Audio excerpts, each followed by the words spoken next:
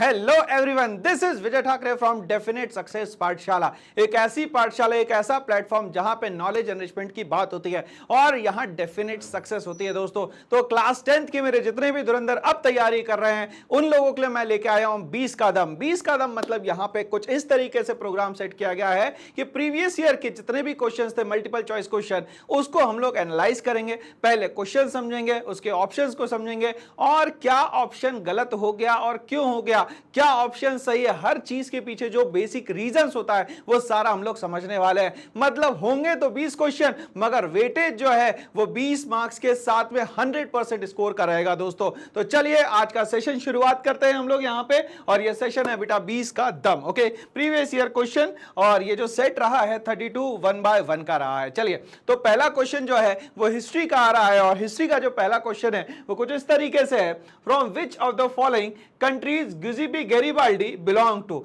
ऐसी कौन सी कंट्री थी जिससे गियुसेप्पे गैरिबाल्डी जो है बिलोंग करता था। दूसरी बड़ी बात, इसका स्पेशल कंट्रीब्यूशन था किसी ना किसी कंट्री के यूनिफिकेशन में। तो पहला चैप्टर जिस तरीके से हम लोगों ने डीपली एनालाइज किया था, इसमें हम लोगों को दो नाम आए थे सामने जो कि यूनिफिकेशन ऑफ इटली में थे। पहला था गियुसेप्पे गैरिबाल्डी और दूसरा हो गया गियुसेप्पे मजीनी। तो चलिए ऑप्शन यहां पे दिए गए हैं, हम लोग देखते हैं। ऑस्ट्रिया, इटली, ग्रीस और स्पेन। तो यहां चार ऑप्शन दिए गए हैं दोस्तों, और चारों में से एक ऑप्शन यहां पे बिल्कुल सही दिया गया होगा। तो जैसा मैंने आपसे कहा कि गियुसेप्पे गैरिबाल्डी और गियुसेप्पे मजीनी दोनों की ही कहीं ना कहीं यहां पे बात हम लोग को याद रखनी है, और स्पेशल दोनों का ही कंट्रीब्यूशन रहा यूनिफिकेशन ऑफ इटली में। तो चलिए हम लोग यहां पे अगर गियुसेप्पे मजीनी की बात करते हैं, तो ये जो गियुसेप्पे मजीनी है भाई, इसका स्पेशल कंट्रीब्यूशन कुछ इस तरीके से था कि ये जो बंदा था इसका बर्थ जो है वो 1807 में होता है गिनोआ नाम की जगह पे। ये क्वेश्चन बहुत इंपॉर्टेंट है क्योंकि ये इससे कंटिन्यूअसली हम लोग कनेक्ट करेंगे गियुसेप्पे गैरिबाल्डी और गियुसेप्पे मजीनी को, दोनों को कनेक्ट करेंगे यूनिफिकेशन ऑफ इटली से। तो गिनोआ नाम की जगह पे इसका बर्थ होता है, और ये गिनोआ नाम की जो जगह है वो दोस्तों है यहां पे इटली में। ठीक है भाई, चलिए। बट ये एक सीक्रेट सोसाइटी का मेंबर था, और ये जो सीक्रेट सोसाइटी थी उसका नाम था दोस्तों यहां पे कार्बोनारी। जब ये सीक्रेट सोसाइटी का मेंबर बना तो लोगों को तकलीफ होने लग गई, और लोगों को जब तकलीफ हुई तो इसको यहां से एक्साइल्ड कर दिया गया, और एक्साइल जहां से करा गया उस जगह का नाम था दोस्तों यहां पे लिगुरिया। फिर भी ये एक्साइल करने के बाद भी नहीं रुका, और यूनिफिकेशन ऑफ इटली में स्पेशल कंट्रीब्यूशन ये था कि इसने यहां पे दो सीक्रेट सोसाइटी बनाई।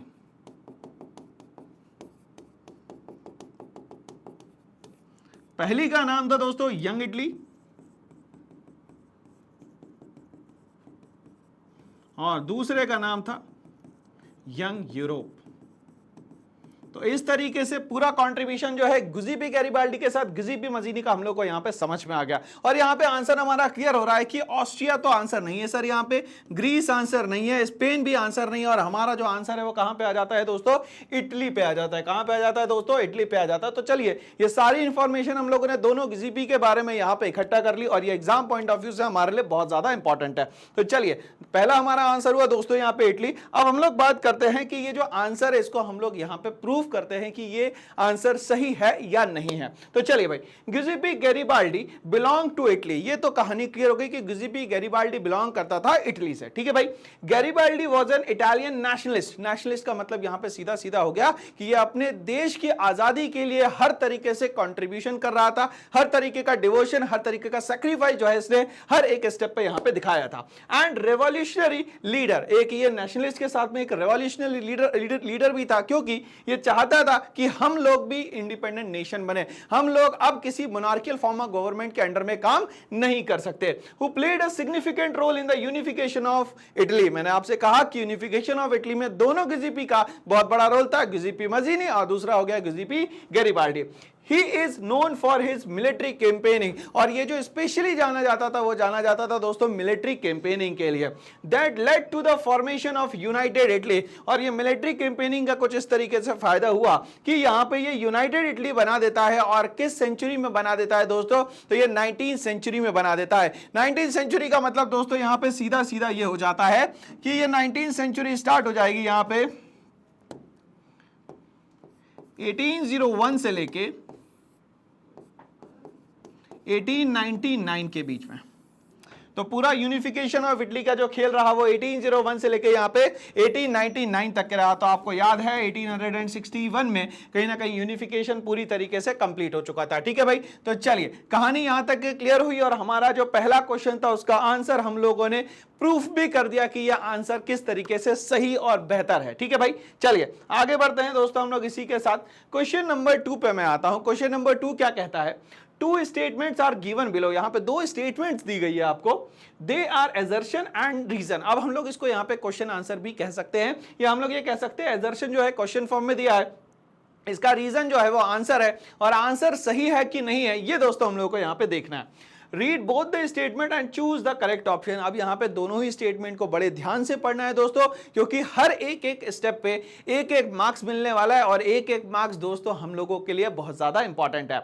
चलिए, तो एजर्शन क्या देता है यहां पे, कहता है the most serious source of nationalist tension in Europe after 1871 was Balkan. तो यहां पे पहली बात बोलता है कि सबसे सीरियस जो यहां पे नेशनलिस्ट टेंशन था यूरोप में वो 1871 मतलब कहीं ना कहीं यूनिफिकेशन ऑफ जर्मनी के बाद जो सबसे बड़ा टेंशन था वो था सिर्फ और सिर्फ बाल्कन्स। तो बाल्कन्स के बारे में हम लोग यहां पे ध्यान से समझने की कोशिश करें तो बाल्कन्स को कहा जाता था दोस्तों यहां पे slave.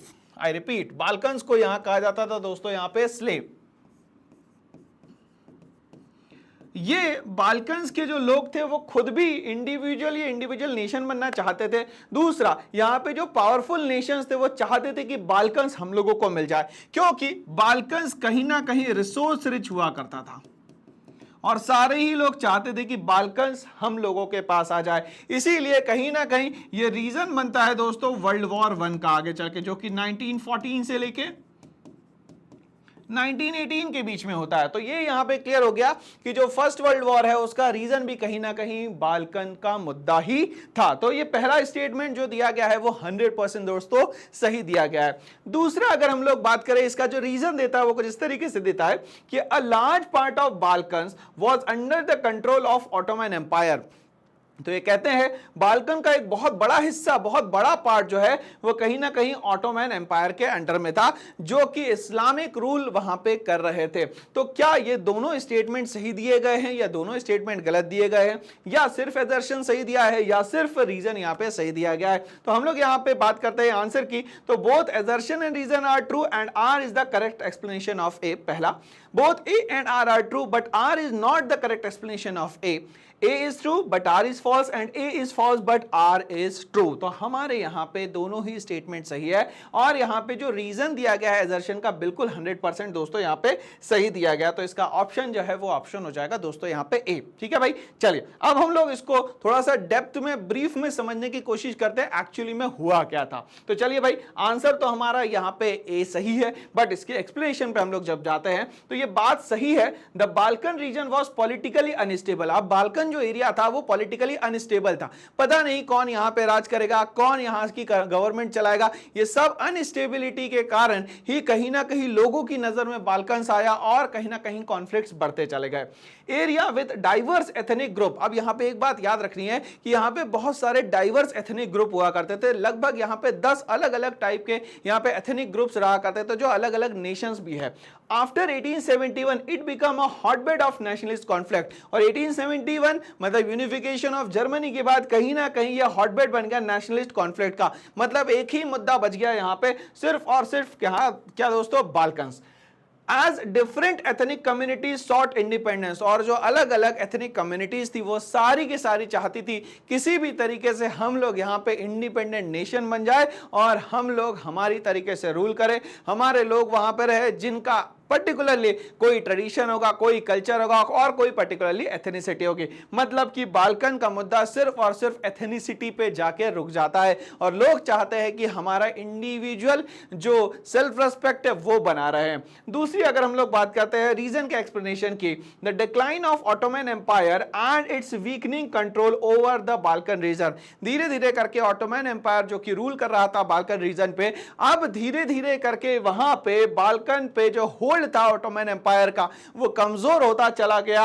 Lead to multiple nationalist uprisings, और अब इंटरनल कॉन्फ्लिक्ट्स होना शुरू हो गए, बाहर के लोग भी अब बाल्कन्स पे ध्यान देने लग गए, and conflicts in the area. अब यहां पे मुद्दा ये आ गया कि ऑटोमन एम्पायर की जैसे ही यहां पे पकड़ कमजोर होती है, अपने आप बाल्कन्स मुद्दा बन जाता है, वर्ल्ड वॉर 1 होता है और यहां पे इंडिपेंडेंट नेशन बनने की यहां पे तैयारी हो जाती है। तो अब हम लोग आते हैं भैया हमारे नेक्स्ट क्वेश्चन की तरफ, और ये क्रोनोलॉजिकल ऑर्डर का क्वेश्चन है। एग्जैक्टली मैं बताऊं तो हिस्ट्री में एक क्वेश्चन जो है हर साल सीबीएसई का बहुत पसंदीदा क्वेश्चन है दोस्तों, और हर साल ऐसा क्वेश्चन आएगा ही आएगा, है ना भाई। चलिए, तो arrange the following events in chronological order and choose the correct option from the following.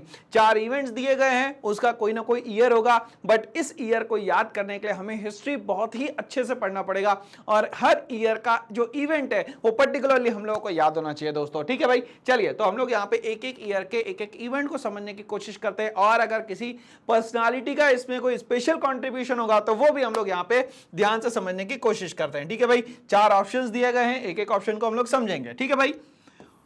तो यहां पे सबसे पहले आपको दिया है दोस्तों ट्रीटी ऑफ कॉन्स्टेंटिनोपल, ठीक है भाई। ट्रीटी ऑफ कॉन्स्टेंटिनोपल जो है वो ईयर है बेटा 1832। पहली बात तो ये हम लोगों को याद हो गई। डिफीट ऑफ नेपोलियन का जो ईयर है वो है यहाँ पे 1815।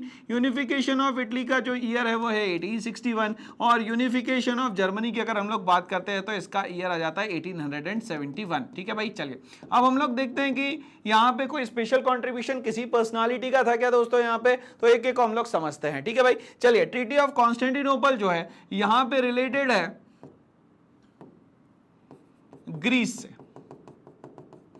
और जिस बंदे का यहां पे स्पेशल कंट्रीब्यूशन रहा दोस्तों वो रहा यहां पे लॉर्ड बायरन का।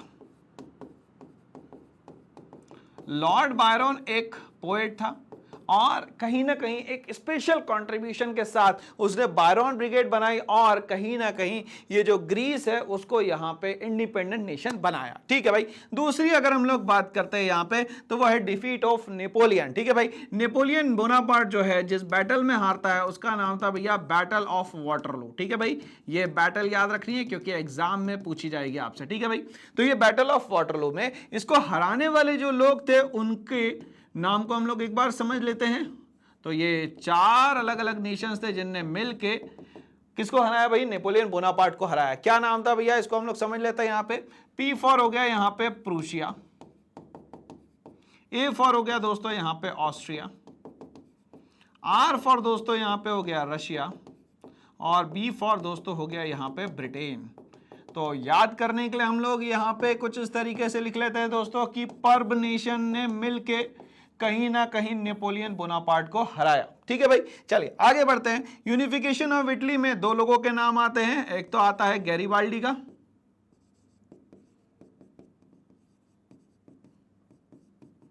और जो दूसरा नाम आता है वो आता है दोस्तों मजीनी का, ठीक है भाई। चलिए आगे बढ़ते हैं, और अगर हम लोग देखें तो इटली जो है उस समय पे 7 अलग अलग पार्ट्स में डिवाइडेड था, और फाइनली यूनिफाइड होता है इटली, ठीक है भाई। चलिए, यूनिफिकेशन ऑफ जर्मनी में सबसे इंपॉर्टेंट नाम जो आता है वो आता है यहां पे ऑटो वन बिस्मार्क का। ये उस समय पे चीफ मिनिस्टर हुआ करता है, ठीक है भाई। चलिए, तो ईयर के हिसाब से अगर हम लोग देखें तो यहाँ पे क्रोनोलॉजी जो मैच कर रही है, सबसे पहले जो आना चाहिए वो आना चाहिए सर डिफीट ऑफ नेपोलियन 1815, ठीक है भाई। चलिए, तो यहाँ पे सेकंड नंबर में ये भी है और ये भी है। इसके बाद जो इवेंट आना चाहिए वो आना चाहिए दोस्तों यहाँ पे ट्रीटी ऑफ कॉन्स्टेंटिनोपल, ठीक है भाई। तो अब ये यहाँ पे ये इवेंट भी आ रहा है, ये इवेंट भी आ रहा है, ठीक है। अब हम लोग आते हैं यूनिफिकेशन ऑफ इटली पे 1861, ये देखिए थर्ड मैच कर रहा है, यहाँ पे 4 थोड़ा सा गलत हो जाता है, और यहाँ पे इसके बाद ये 4th आ रहा है। तो आंसर दोस्तों मेरे हिसाब से होना चाहिए यहाँ पे बी ऑप्शन जो है दोस्तों यहाँ पे करेक्ट है, ठीक है भाई। इसको नोट कर लीजिएगा, स्क्रीनशॉट ले लीजिएगा, एग्जाम में ये 100% आपसे पूछा जाने वाला है दोस्तों, ठीक है भाई। चलिए, तो यहाँ तक की कहानी मेरे ख्याल से क्लियर हो गई होगी, और आंसर अब आपके स्क्रीन पे आ चुका है, बी आंसर यहाँ पे करेक्ट है, ठीक है।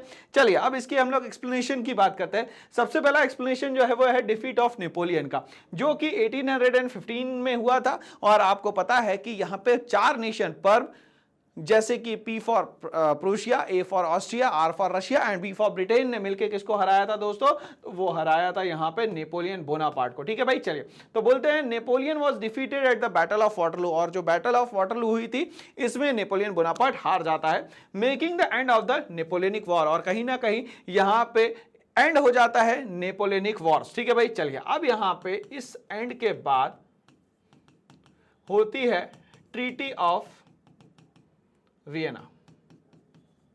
ठीक है भाई, ये एग्जाम में क्वेश्चन पूछा जाता है कि नेपोलियन वॉर्स के बाद यहां पे बैटल ऑफ वाटरलू के बाद कौन सी ट्रीटी होती है? तो वो होती है सर ट्रीटी ऑफ वियना। ठीक है भाई, ये एग्जाम में याद रखिएगा। दूसरा ट्रीटी ऑफ कॉन्स्टेंटिनोपल की बात करते हैं जो कि 1832 में होता है। This treaty recognise Greece as an independent nation. अब ये ट्रीटी जो है वो बताती है कि कैसे यहां पे ग्रीस जो है एक इंडिपेंडेंट नेशन बना। मैंने आपको बताया था special contribution givens to the Lord Byron, जो कि एक पोएट थे। 1824 में उनकी डेथ हो जाती है just because of the fever, और इनने बनाया था क्या दोस्तों? Byron brigade. Ending Ottoman control on the Greece. ठीक है, तो लगभग 5th सेंचुरी से यहां पे इस पे रूल कर रहा था ग्रीस पे ऑटोमन एम्पायर, और फाइनली ये यहां पे इंडिपेंडेंट नेशन बन जाता है, वो है ग्रीस। तो ट्रीटी ऑफ कॉन्स्टेंटिनोपल से जो इंडिपेंडेंट नेशन बनता है उसका नाम है ग्रीस। यूनिफिकेशन ऑफ इटली की अगर हम लोग बात करते हैं तो 1861 में Italy was unified under the leadership of Victor Emmanuel second. ठीक है, तो इटली जो है वो यहाँ पे यूनिफाइड होता है किसके अंडर में? तो वो होता है विक्टर एमिनियल सेकंड के अंडर में, with the help of Giuseppe Garibaldi. मगर इसकी मदद जो करता है वो कौन करता है? गिजिपी गैरिबाल्डी करता है। ये यहाँ पे कहीं ना कहीं मिलिट्री की सपोर्ट के साथ में यहाँ पे यूनिफाई करता है इटली को। Last but not the least, unification of Germany की बात करते हैं। 1871 Germany was unified under the auto von Bismarck. उस समय पे ये चीफ मिनिस्टर हुआ करते हैं। with the proclamation of the German Empire at the Palace of Versailles, और यहाँ पे Palace of Versailles पे अब यहाँ पे जर्मन एक इंडिपेंडेंट नेशन की तरह यहाँ पे काम करना शुरू करता। तो इस तरीके से दोस्तों यहाँ पे हमारा क्वेश्चन क्लियर हुआ, इसका एक्सप्लेनेशन भी दोस्तों हम लोगों को यहाँ पे समझ में आया। तो चलिए हम लोग आगे बढ़ते हैं इसी के साथ।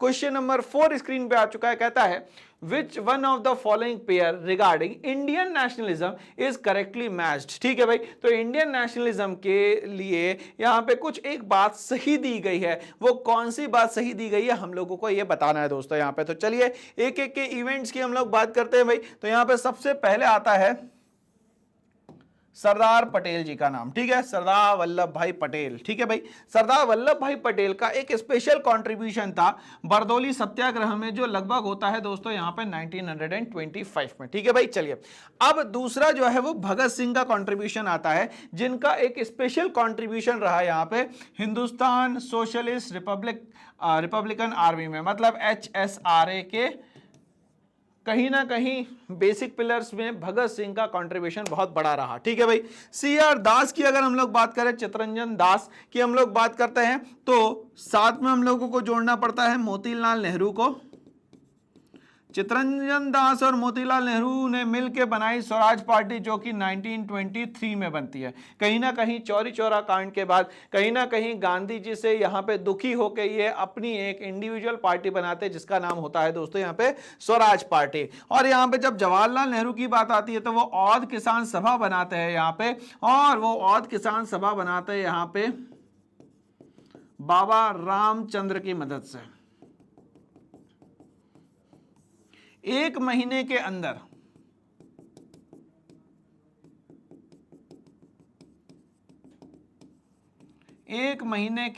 यहां पे 300 अलग अलग जगह अलग अलग जो है ब्रांचेस एस्टैब्लिश कर देते हैं दोस्तों यहाँ पे औध किसान सभा की। ठीक है भाई, तो चलिए ये हम लोगों के पास एक्स्ट्रा इंफॉर्मेशन आ गई, और हम लोग यहाँ पे अब आंसर अगर देखेंगे तो वो आंसर दोस्तों होगा जवाहरलाल नेहरू से मैच करता हुआ है यहाँ पे क्या भाई, तो वो है औध किसान सभा। सरदार पटेल जी से मैच करता है बरदौली सत्याग्रह, भगत सिंह से करता है HSRA, और CR दास से करता है दोस्तों यहाँ पे स्वराज पार्टी। ठीक है भाई, तो ये ब्रीफ डिस्क्रिप्शन हो गया कि आंसर क्या होना चाहिए, ये हमें समझ में आ गया। इसका स्क्रीनशॉट ले लीजिए, एग्जाम में काम आने वाला है दोस्तों ये आपको।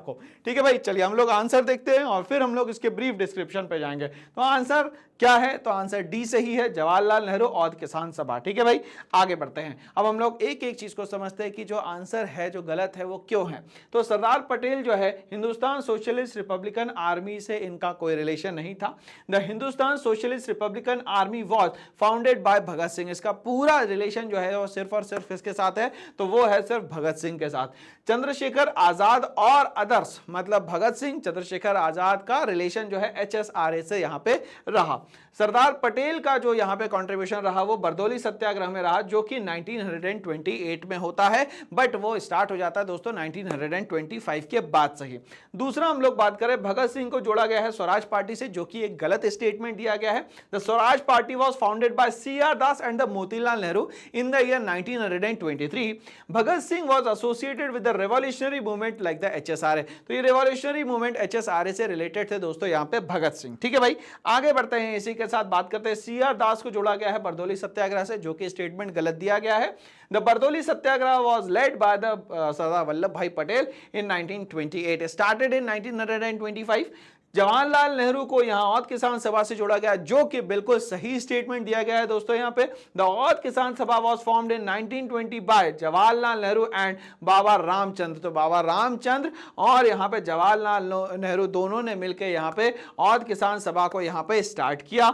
Address farmers grievances in the Awadh, मतलब आज हम लोग जिसको अवध कहते हैं उसको ही औद कहा जा रहा है। और यहाँ पे जो परेशानियां थी यहाँ पे फार्मर्स की, उन परेशानियों को सामने लाया गया विद द हेल्प ऑफ बाबा रामचंद्र। और दूसरा हम लोग बात करें जवाहरलाल नेहरू, और बाबा रामचंद्र जो थे वो एक इंडेंटेड लेबर थे, जो कि फिजी में ऑलरेडी काम करके आ चुके थे, तो उनको ये सारी प्रॉब्लम्स के बारे में पता था। बट जवाहरलाल नेहरू के साथ मिलकर इन सारी प्रॉब्लम का इनने सोल्यूशन निकाला। रीजन ऑफ उत्तर प्रदेश, तो आपसे क्वेश्चन और पूछा जा सकता है कि ये जो औद किसान सभा है दोस्तों वो किस रीजन की बात हो रही है, तो ये है बात उत्तर प्रदेश स्टेट की। चलिए इसके बाद हमारा एक क्वेश्चन आ रहा है ज्योग्राफी का, बोलता है choose the correctly matched pair. तो इसमें एक करेक्टली मैच्ड पेयर है, वो हम लोगों को यहाँ पे बताना है। ठीक है भाई, तो ये यहाँ पे कहीं ना कहीं मिनरल्स की बात करी गई है, जिसमें फेरस, नॉन फेरस, मेटेलिक और एनर्जी मिनरल्स का यहाँ पे कुछ एग्जाम्पल दिए गए हैं, और हम लोगों को इस एग्जाम्पल को यहाँ पे सही मैच करके बताना है। तो फेरस वो सारे मिनरल जिसके अंदर आयरन के कहीं ना कहीं कॉन्टेंट होंगे, कहीं ना कहीं आयरन की उसमें क्वालिटी होगी।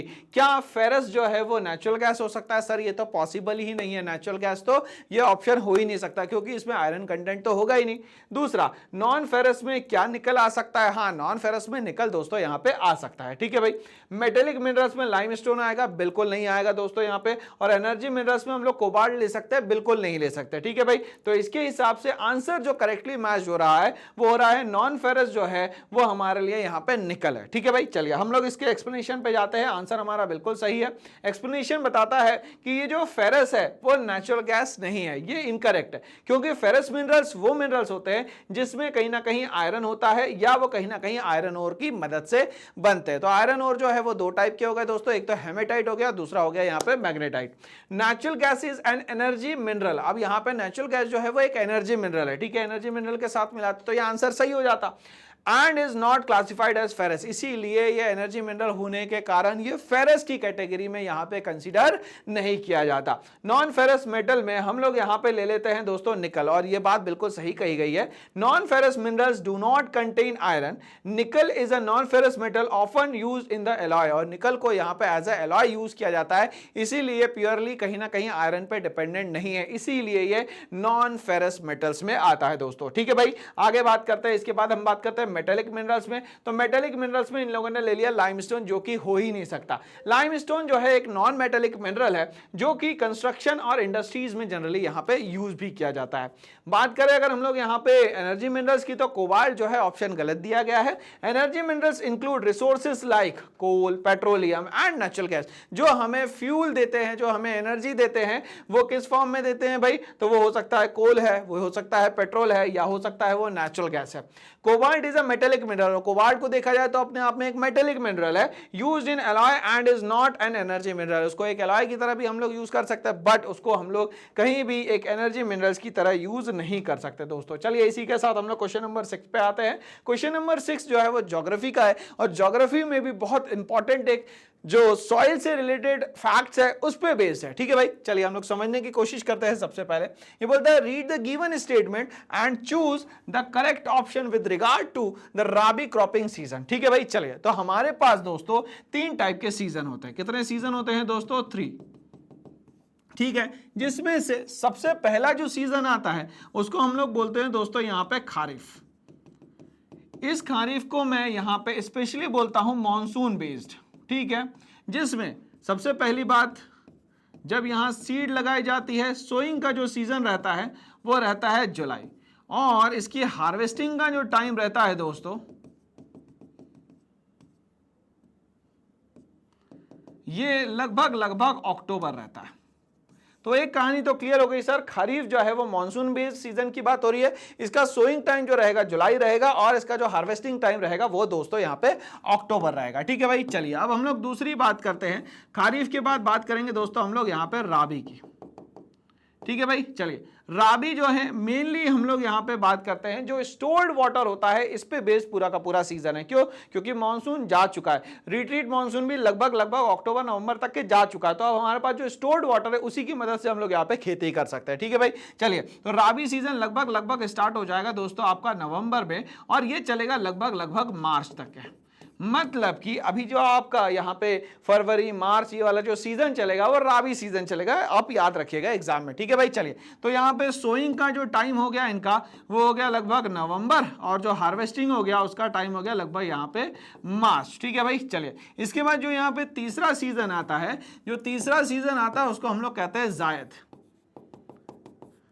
जायद लगभग अप्रैल से लेके वापस जून तक के जाता है, जिसमें मेनली वो सारे यहाँ पे फ्रूट्स की बात होती है जो वाटर रिच होते हैं, जैसे मस्क मेलन हो गया, वाटरमेलन हो गया, ये सब जो है जायद सीजन में दोस्तों यहाँ पे आते हैं, ठीक है भाई। और हम लोगों से जो क्वेश्चन पूछा जा रहा है वो लगभग यहाँ रिलेटेड है दोस्तों राबी क्रॉपिंग से। किससे रिलेटेड है दोस्तों? यहाँ पे राबी क्रॉपिंग से। तो चलिए हम लोग यहाँ पे फैक्ट को समझ लेते हैं भाई, क्या फैक्ट इसके बारे में सही दिए गए हैं। ये बोलता है rabi crops are sown in winter. ये बिल्कुल सही स्टेटमेंट दोस्तों यहाँ पे दिया गया है कि राबी क्रॉप जो है वो विंटर में लगाया जाता है। विंटर लगभग हमारे यहाँ स्टार्ट हो जाती है दोस्तों नवंबर से, और लगभग नवंबर से दोस्तों ये लगभग हमारे पास रहेगी मार्च तक का मैक्सिमम, है ना भाई। चलिए तो विंटर में यहां पे राबी सीजन में क्रॉप्स को लगाया जाता है, पहली बात। दूसरा, सोन फ्रॉम अक्टूबर टू दिसंबर, ये स्टेटमेंट भी बिल्कुल सही है कि अक्टूबर से लगभग दिसंबर के बीच में इसको लगा दिया जाता है, और हार्वेस्टिंग का जो टाइम रहता है दोस्तों इनका रहता है वो अप्रैल से लेकर जून तक है। ये स्टेटमेंट भी सही है। तीसरा, इंपॉर्टेंट क्रॉप्स आर मेज, कॉटन एंड जूट। यहां पे ये स्टेटमेंट थोड़ा सा गलत हो गया। ये जो तीनों चीजें लगाई जानी है वो लगाई जानी है दोस्तों खरीफ के टाइम में, क्योंकि इनको पानी की आवश्यकता ज्यादा है, वाटर रिक्वायरमेंट इनकी ज्यादा है, तो इसको लगाया जाना चाहिए खरीफ सीजन में, ना कि राबी सीजन में, ठीक है भाई। चलिए अब बोलता है पंजाब, हरियाणा, उत्तर प्रदेश, ये जो इंपॉर्टेंट प्रोड्यूसर है वीट के। हाँ भाई चलिए, तो ये वीट के प्रोड्यूसर है, मतलब कि यहाँ पे ये बात करना चाह रहे हैं राबी सीजन के, तो ये स्टेटमेंट भी यहाँ पे क्या हो जाता है सही। मगर थर्ड स्टेटमेंट जो हो जा रहा है दोस्तों यहाँ पे गलत हो जा रहा है। चलिए तो क्या ये हमारा क्वेश्चन एक्सप्लेनेशन के साथ में क्लियर है? अब हम लोग दोस्तों इसका आंसर देख लेते हैं भाई। तो आंसर क्या होना चाहिए दोस्तों इसका, हम लोग ये देखते हैं। तो आंसर दिया गया है फर्स्ट स्टेटमेंट, ठीक है, second statement and fourth statement are correct, but not the third statement is correct. अब ये जो थर्ड स्टेटमेंट है वो करेक्ट क्यों नहीं है, इसका हम लोग एक्सप्लेनेशन समझने की कोशिश करते हैं, ठीक है। Rabi crop are sown in winter, ये स्टेटमेंट सही है। सोन फ्रॉम अक्टूबर टू नवंबर, ये भी स्टेटमेंट सही है। And harvested from April to June, बिल्कुल सही है। Punjab, Haryana, Uttar Pradesh are important for the production of wheat, बिल्कुल सही है, क्योंकि यहाँ पे हम लोगों को ये भी पता है कि सर ग्रीन रेवोल्यूशन जो है वो कहीं ना कहीं यही तीन स्टेट से स्टार्ट हुआ, पंजाब, हरियाणा और वेस्टर्न उत्तर प्रदेश, ठीक है भाई। चलिए 66 की बात है, और यहाँ पे नाम याद रखना है MS स्वामीनाथन जी का, ठीक है। चलिए राबी क्रॉप और सोन इन विंटर, ये स्टेटमेंट सही है, क्योंकि rabi crop grown in the winter season, they are typically planted from October to December and harvested in the spring April to June. Second statement, shown from October to December, ये भी statement सही है, harvested April June में होगा. This is the correct time frame for sowing and harvesting rabi crops such as wheat, barley and mustard. तो wheat के लिए, barley के लिए और mustard के लिए बहुत अच्छा सीजन दोस्तों माना जाता है। आगे अगर हम लोग बात करते हैं थर्ड स्टेटमेंट की, तो ये स्टेटमेंट गलत दिया गया है कि मेज, कॉटन और जूट जो है वो राबी सीजन में लगाया जाएगा। नहीं सर, ये तो लगाया जाएगा मेनली खारिफ सीजन में। Maize, cotton and jute are not typically rabi crop, these crops are usually grown in the kharif season, मतलब पानी इनको ज्यादा चाहिए। Rabi crops include wheat, barley and mustard. अब स्टेट्स की अगर हम लोग बात करते हैं, Punjab, Haryana, Uttar Pradesh are the important wheat production states. ठीक है भाई, चलिए, तो इन स्टेट्स में सबसे ज्यादा क्या होता है भाई, तो वीट अच्छा खासा यहां पे होता है। ठीक है भाई, आगे हम लोग बात करते हैं नेक्स्ट क्वेश्चन की। क्वेश्चन नंबर 7 हमारे सामने आ रहा है। क्वेश्चन नंबर 7 क्या बोलता है, बोलता है identify the soil with the help of following information. तो यहां पे एक पर्टिकुलर सॉइल की कोई कैरेक्टरिस्टिक्स के बारे में बात करी गई है, ये स्पेशलिटी की बात करी गई है, ये हम लोग को बताना है। It develops in areas with high temperature, उस जगह डेवलप होगा दोस्तों जहां पे टेम्परेचर बहुत हाई हो। चलिए, अब मैं यहां पे टेम्परेचर के साथ में एक बात और जोड़ देता हूं, तो आप लोगों को यहां पे थोड़ा सा क्लू मिल जाएगा, है ना भाई। चलिए, high temperature and high rainfall, temperature भी ज्यादा है और रेनफॉल भी ज्यादा है। ठीक है भाई, चलिए, it is the result of intense leaching due to heavy rain. अब यहां पे ज्यादा पानी गिरने के कारण जो लीचिंग है वो बहुत ज्यादा हो जाएगी। ठीक है, तीसरी बात ये कही गई कि ह्यूमस कंटेंट इज लो, और इसमें जो ह्यूमस कंटेंट बनेगा वो बहुत ही कम बनेगा। अब ये बताना है हमें कि ये कौन से सॉइल की बात हो रही है। ठीक है, क्या ये एरिड सॉइल में होगा, क्या ये येलो सॉइल में होगा, क्या ये लैटराइट सॉइल में होगा, क्या ये ब्लैक सॉइल में होगा भाई। चलिए, तो हम लोग एक एक सॉइल की स्पेशलिटी की अगर हम लोग बात करते हैं,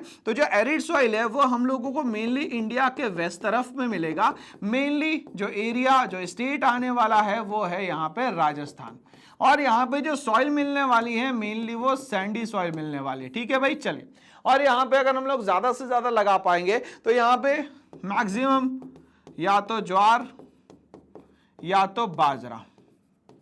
ठीक है भाई, और ये दोनों ही मिला के होते हैं दोस्तों यहाँ पे कोर्स ग्रेन्स। ठीक है, मोटा अनाज इनको कहा जाता है। ठीक है भाई, तो ये बात एग्जाम में याद रखिएगा दोस्तों। चलिए, दूसरा, येलो सॉइल जो है अगर मान लेते हैं हाइड्रेटेड फॉर्म हो जाए,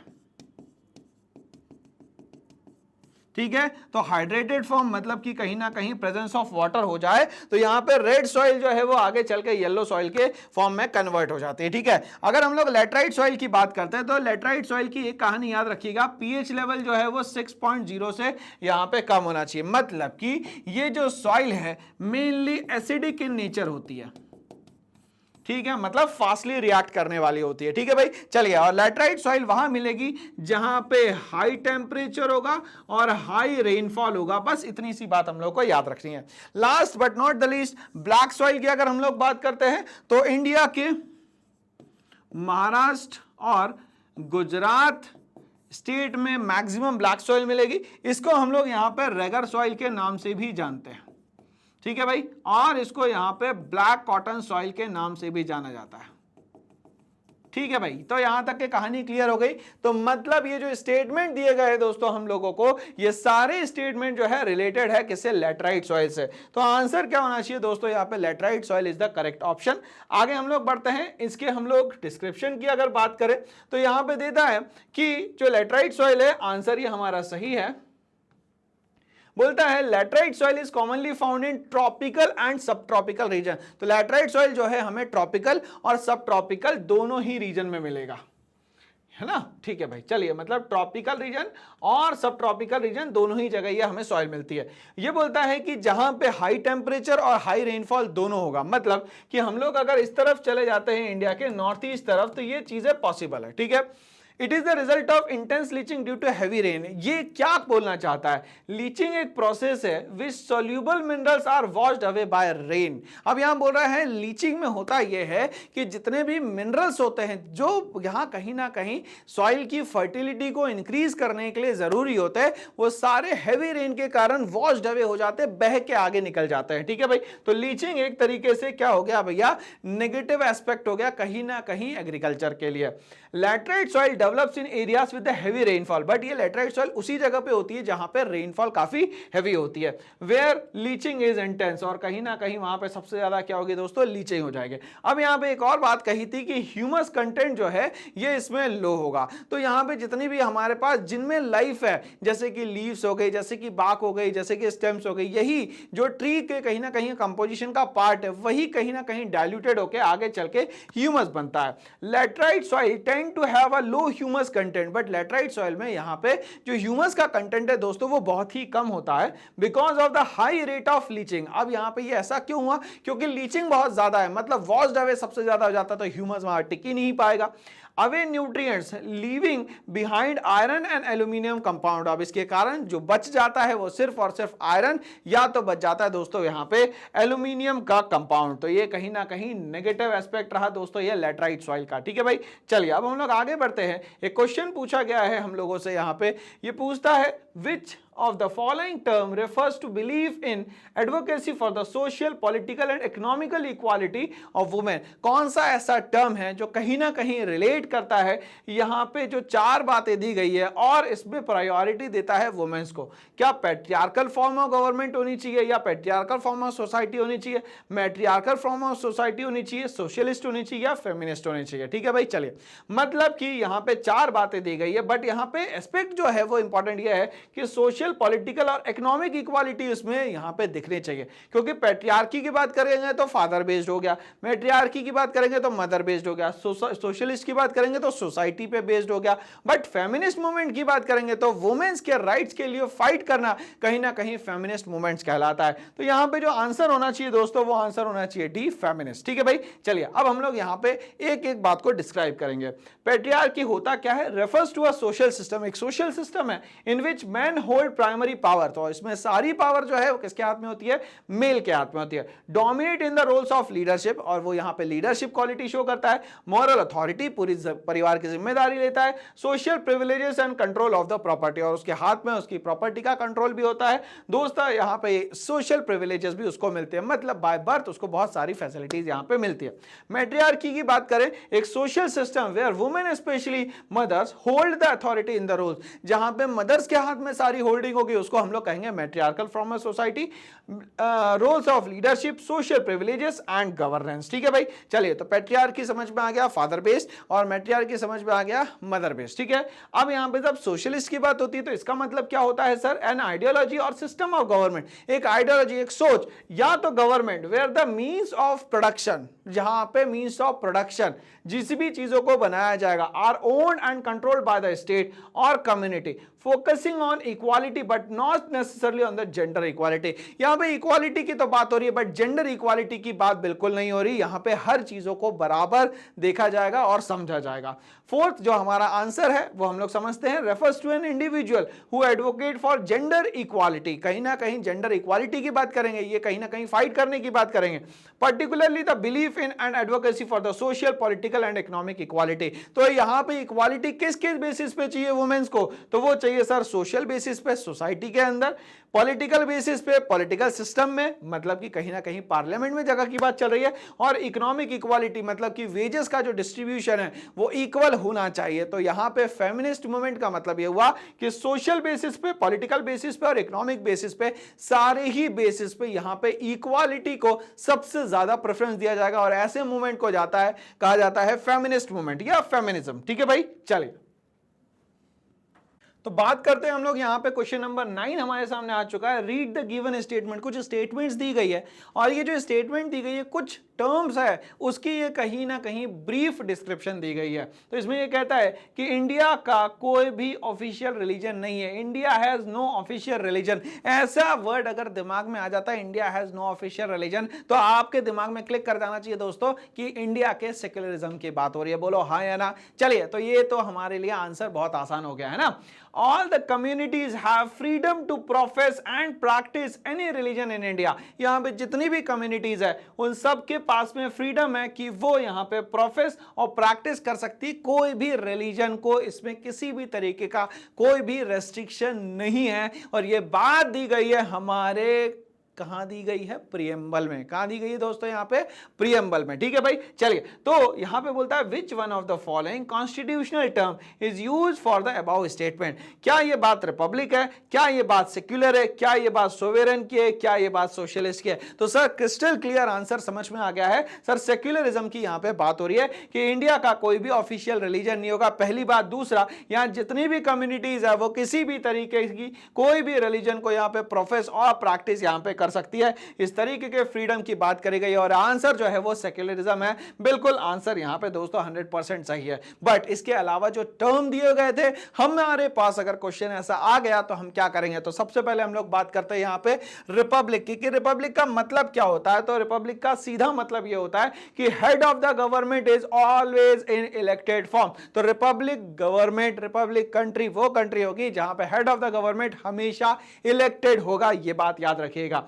It refers to a form of government where the country is considered a public matters, मतलब कि वो कंट्री जहां पे सबसे ज्यादा इंपॉर्टेंस जो है वो पब्लिक की चीजों को दी जाएगी, मतलब वहां के सिटीजन्स को दी जाएगी। And the head of the state is elected rather than a monarch, और हेड ऑफ द स्टेट जो होगा वो हमेशा यहाँ पे एक इलेक्टेड पर्सन होगा, ना कि यहाँ पे वो एक सेलेक्टेड पर्सन होगा या हेरिडिटरी होगा या वो यहाँ पे कोई डिक्टेटर होगा। चलिए ये अच्छी बात है। यहाँ पे it does not relate to the freedom of religion, but यहां पे किसी भी तरीके से रिपब्लिक का रिलेशन यहां पे फ्रीडम ऑफ रिलीजन से नहीं है। ओके, दूसरी बात कही गई यहां पे secular refers to the principle that the state does not have an official religion. इसका मतलब ही होता है सेक्युलरिज्म का कि किसी भी स्टेट का यहां पे एक पर्टिकुलर रिलीजन नहीं होंगे, यहां सारे ही रिलीजन को एक बराबर माना जाएगा। And all religions are treated equally, यहां पे जितने भी रिलीजन है सबको यहां पे एक जैसा दोस्तों ट्रीट किया जाएगा। ठीक है भाई,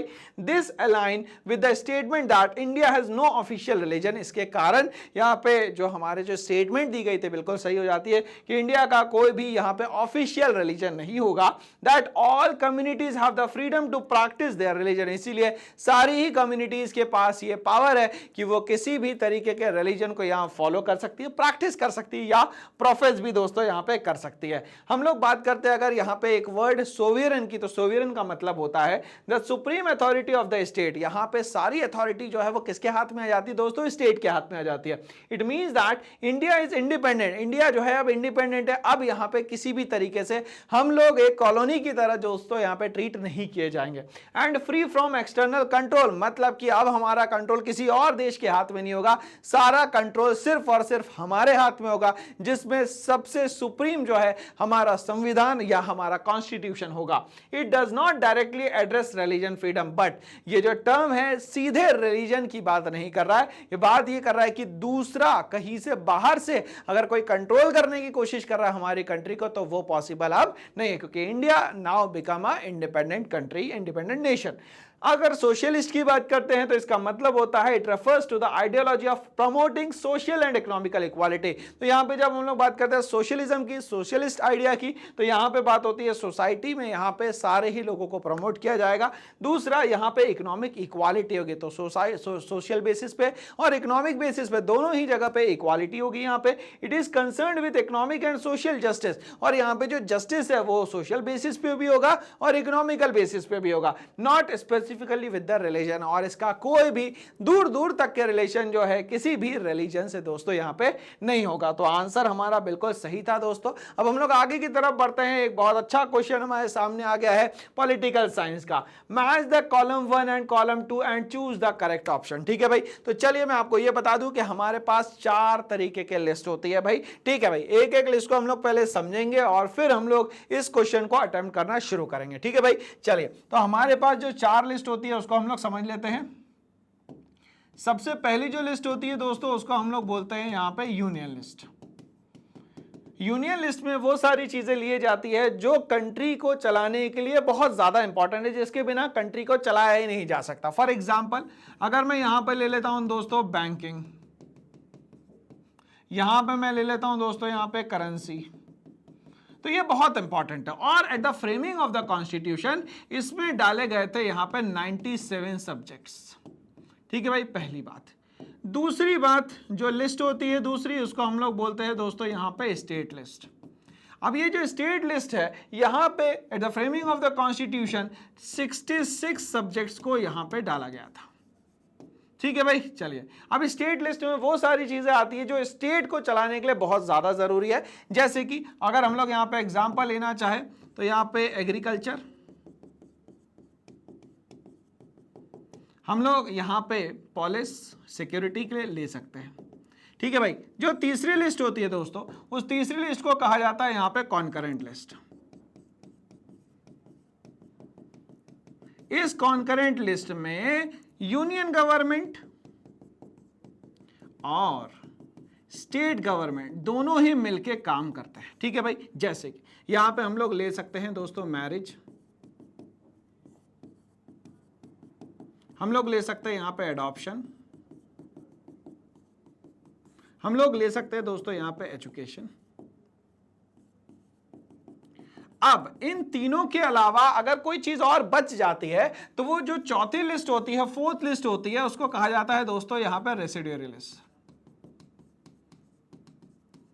ये रेसिड्यूरी लिस्ट में जो भी चीजें अब आ रही है उन सब लोगों को कंसीडर किया जाएगा, उन सारी चीजों को यहां पे कंट्रोल में लिया जाएगा। ठीक है, जैसे कि आज हम लोग बात करते हैं इंटरनेट से रिलेटेड जो भी बात होगी वो रेसिड्यूरी लिस्ट में आएगी, मगर ये मेनली कंट्रोल में होगी यूनियन गवर्नमेंट के या यूनियन लिस्ट के अंदर में। तो आपको ये याद रखना है एग्जाम में कि 97 सब्जेक्ट्स, 66 सब्जेक्ट्स और यहाँ पे जो कॉन्करेंट लिस्ट में है यहाँ पे 47 सब्जेक्ट्स थे। ठीक है भाई, चलिए अब यहाँ पे क्वेश्चन दिया गया है और हमें मैच करना है भाई। तो अब मैच तो हम लोग कर लेंगे सर, जैसे कि यूनियन लिस्ट के सब्जेक्ट दिया है, स्टेट लिस्ट के सब्जेक्ट दिए, कॉन्करेंट लिस्ट के और रेसिड्यूरी लिस्ट के यहाँ पे सब्जेक्ट दिए गए। ठीक है भाई, चलिए तो यहाँ पे अगर यूनियन लिस्ट की हम लोग बात करें तो यूनियन लिस्ट में सारी बातें जो है वो यहाँ पे सेंट्रल गवर्नमेंट के हाथ में आ जाती है। स्टेट लिस्ट में सारी बातें जो है स्टेट गवर्नमेंट की आ जाती है। यहाँ कॉन्करेंट लिस्ट की बात करें तो यहाँ पे सेंट्रल और स्टेट दोनों को ही काम करना पड़ेगा, और रेसिड्यूरी लिस्ट में सेंट्रल गवर्नमेंट जो है एक अपना स्पेशल रोल यहाँ पे प्ले करती है। ठीक है भाई, चलिए इस तरीके से अगर हम लोग यहाँ पे ऑप्शन देखते हैं तो यहाँ पे पहला वाला ऑप्शन हमें दिख रहा है बी। भाई यहाँ पे भी नहीं है, यहाँ पे भी नहीं है, ये भी गलत, ये भी गलत, ये भी गलत। तो ऑप्शन तो हमारा सीधा सीधा हो गया सर, पहले वाले का बी, दूसरे वाले का ए, तीसरे वाले का हो गया सी और चौथे वाले का हो गया डी। तो option D is the correct answer. ठीक है भाई, चलिए तो ये कॉन्सेप्ट क्लियर दोस्तों यहाँ पे लिस्ट का। तो चार तरीके की लिस्ट होगी, यूनियन लिस्ट जिसमें 97 सब्जेक्ट्स थे, दूसरा स्टेट लिस्ट जिसमें 66 सब्जेक्ट थे, तीसरा यहाँ पे हम लोग बात करेंगे कॉन्करेंट लिस्ट की जिसमें 47 सब्जेक्ट थे, और last but not the least residuary list जिसपे आज जो भी चीजें आ रही है, जिसपे सेंट्रल गवर्नमेंट रूल्स बना रही है, वो सारा रेसिड्यूरी लिस्ट में आता है। ठीक है भाई, चलिए तो आंसर हमारा दोस्तों यहाँ पे डी है और हमारा आंसर बिल्कुल यहाँ पे सही है। तो चलिए आगे बढ़ते हैं, इसी के साथ क्वेश्चन नंबर 11 पे हम लोग मूव करते हैं। ये बोलता है विच of the following was the primary objective of Belgium. अब यहाँ पे बेल्जियम जो हम लोगों ने यहाँ पॉलिटिकल साइंस में पहला चैप्टर पढ़ा था पावर शेयरिंग, उसमें दो कंट्री की कहानी दी गई थी, एक तो बेल्जियम की, दूसरी दी गई थी यहाँ पे श्रीलंका की। बेल्जियम में जो भी अप्स डाउन्स हुए, जो भी परेशानियां हुई, उसको कैसे सॉल्व किया गया, उससे रिलेटेड ये क्वेश्चन पूछा गया है। Primary objective of Belgium to form the separate government in Brussels. अब यहाँ पे बेल्जियम में सेपरेट गवर्नमेंट बनाई गई, ब्रुसेल्स जो कि यहाँ पे कैपिटल है किसकी, बेल्जियम की। वो ऐसा क्यों किया गया, उसका प्राइमरी ऑब्जेक्टिव क्या था, मेन कारण क्या था, ये पूछा गया। प्रमोटिंग कल्चरल इवेंट्स, क्या यहाँ पे कल्चरल इवेंट्स की कोई बात करी गई थी, या मैनेजिंग इंटरनेशनल रिलेशन। देखिए मैनेजिंग इंटरनेशनल रिलेशंस तो कहीं से कहीं तक के बेल्जियम में था ही नहीं। तीसरा एनफोर्सिंग लोकल लॉज, क्या यहाँ पे जो लोकल लॉज थे, मतलब कि यहाँ पे जो डच है, जो फ्रेंच है और जो जर्मन है, क्या उनके लिए पर्टिकुलरली कोई रूल्स एंड रेगुलेशंस बनाने की बात करी गई थी, या एंश्योरिंग लिंग्विस्टिक एकोमोडेशन, या तो यहाँ पे जितनी भी लैंग्वेजेस थी, मेनली तो वहां 3 लैंग्वेजेस थी, डचेस थे, जर्मन थे और यहाँ पे फ्रेंच थे। तो आप लोगों को यह पता है कि कैपिटल का फॉर्मेशन बिल्कुल अलग तरीके से था और यहाँ पे कंट्री का फॉर्मेशन बिल्कुल अलग तरीके से था। अगर कंट्री लेवल पे डच मेजॉरिटी में थे तो यहाँ पे कैपिटल बेसिस पे फ्रेंच जो है वो मेजॉरिटी पे थे। तो जब यहाँ पे बात आ रही है लैंग्वेज की, तो यहाँ पे ब्रुसेल्स में इसीलिए सेपरेट गवर्नमेंट बनाई गई ताकि यहां पे जो लैंग्वेज के बेसिस पे एकोमोडेशन है वो बेहतरीन तरीके से मिल सके और किसी भी तरीके की यहां पे सिविलियंस के बीच में लड़ाई झगड़े ना हो। तो यहां पे सिविलियंस के जो क्लैशेस है उसको रोकने के लिए यहां पे एंश्योरिंग लिंग्विस्टिक एकोमोडेशन के लिए सेपरेट गवर्नमेंट बनाई गई ब्रुसेल्स में। तो चलिए भैया इसका आंसर हमारा क्लियर हो गया है, यहां पे आंसर है डी। चलिए अब हम लोग ब्रुसेल्स और बेल्जियम, पूरी कहानी समझने की कोशिश करते हैं। Belgium primary objective in forming separate government in Brussels was ensure linguistic accommodation. तो मेनली क्या था, लैंग्वेज की बेसिस पे ही यहां पे सेपरेट गवर्नमेंट बनाई गई बेल्जियम की कैपिटल ब्रुसेल्स में। The country has significant linguistic diversity, और यहां पे बेल्जियम में एक ही प्रॉब्लम थी, लैंग्वेज की बेसिस पे बहुत ज्यादा डाइवर्सिटी थी। With Dutch speaking in the northern region Flanders, तो यहां पे डच स्पीकर जो थे वो फ्लैंडर्स एरिया में रहते थे, जो कि बेल्जियम के नॉर्थ पार्ट में आता है। French in the southern region which is known as Wallonia, और सदर्न एरिया में जो रहने वाले लोग हैं वो थे वेलोनिया। तो मतलब नॉर्थ में हो गए कौन से लोग, तो वो हो गए सर डच स्पीकर्स, और जो साउथ है वहां पे हो गए कौन से, French speaker.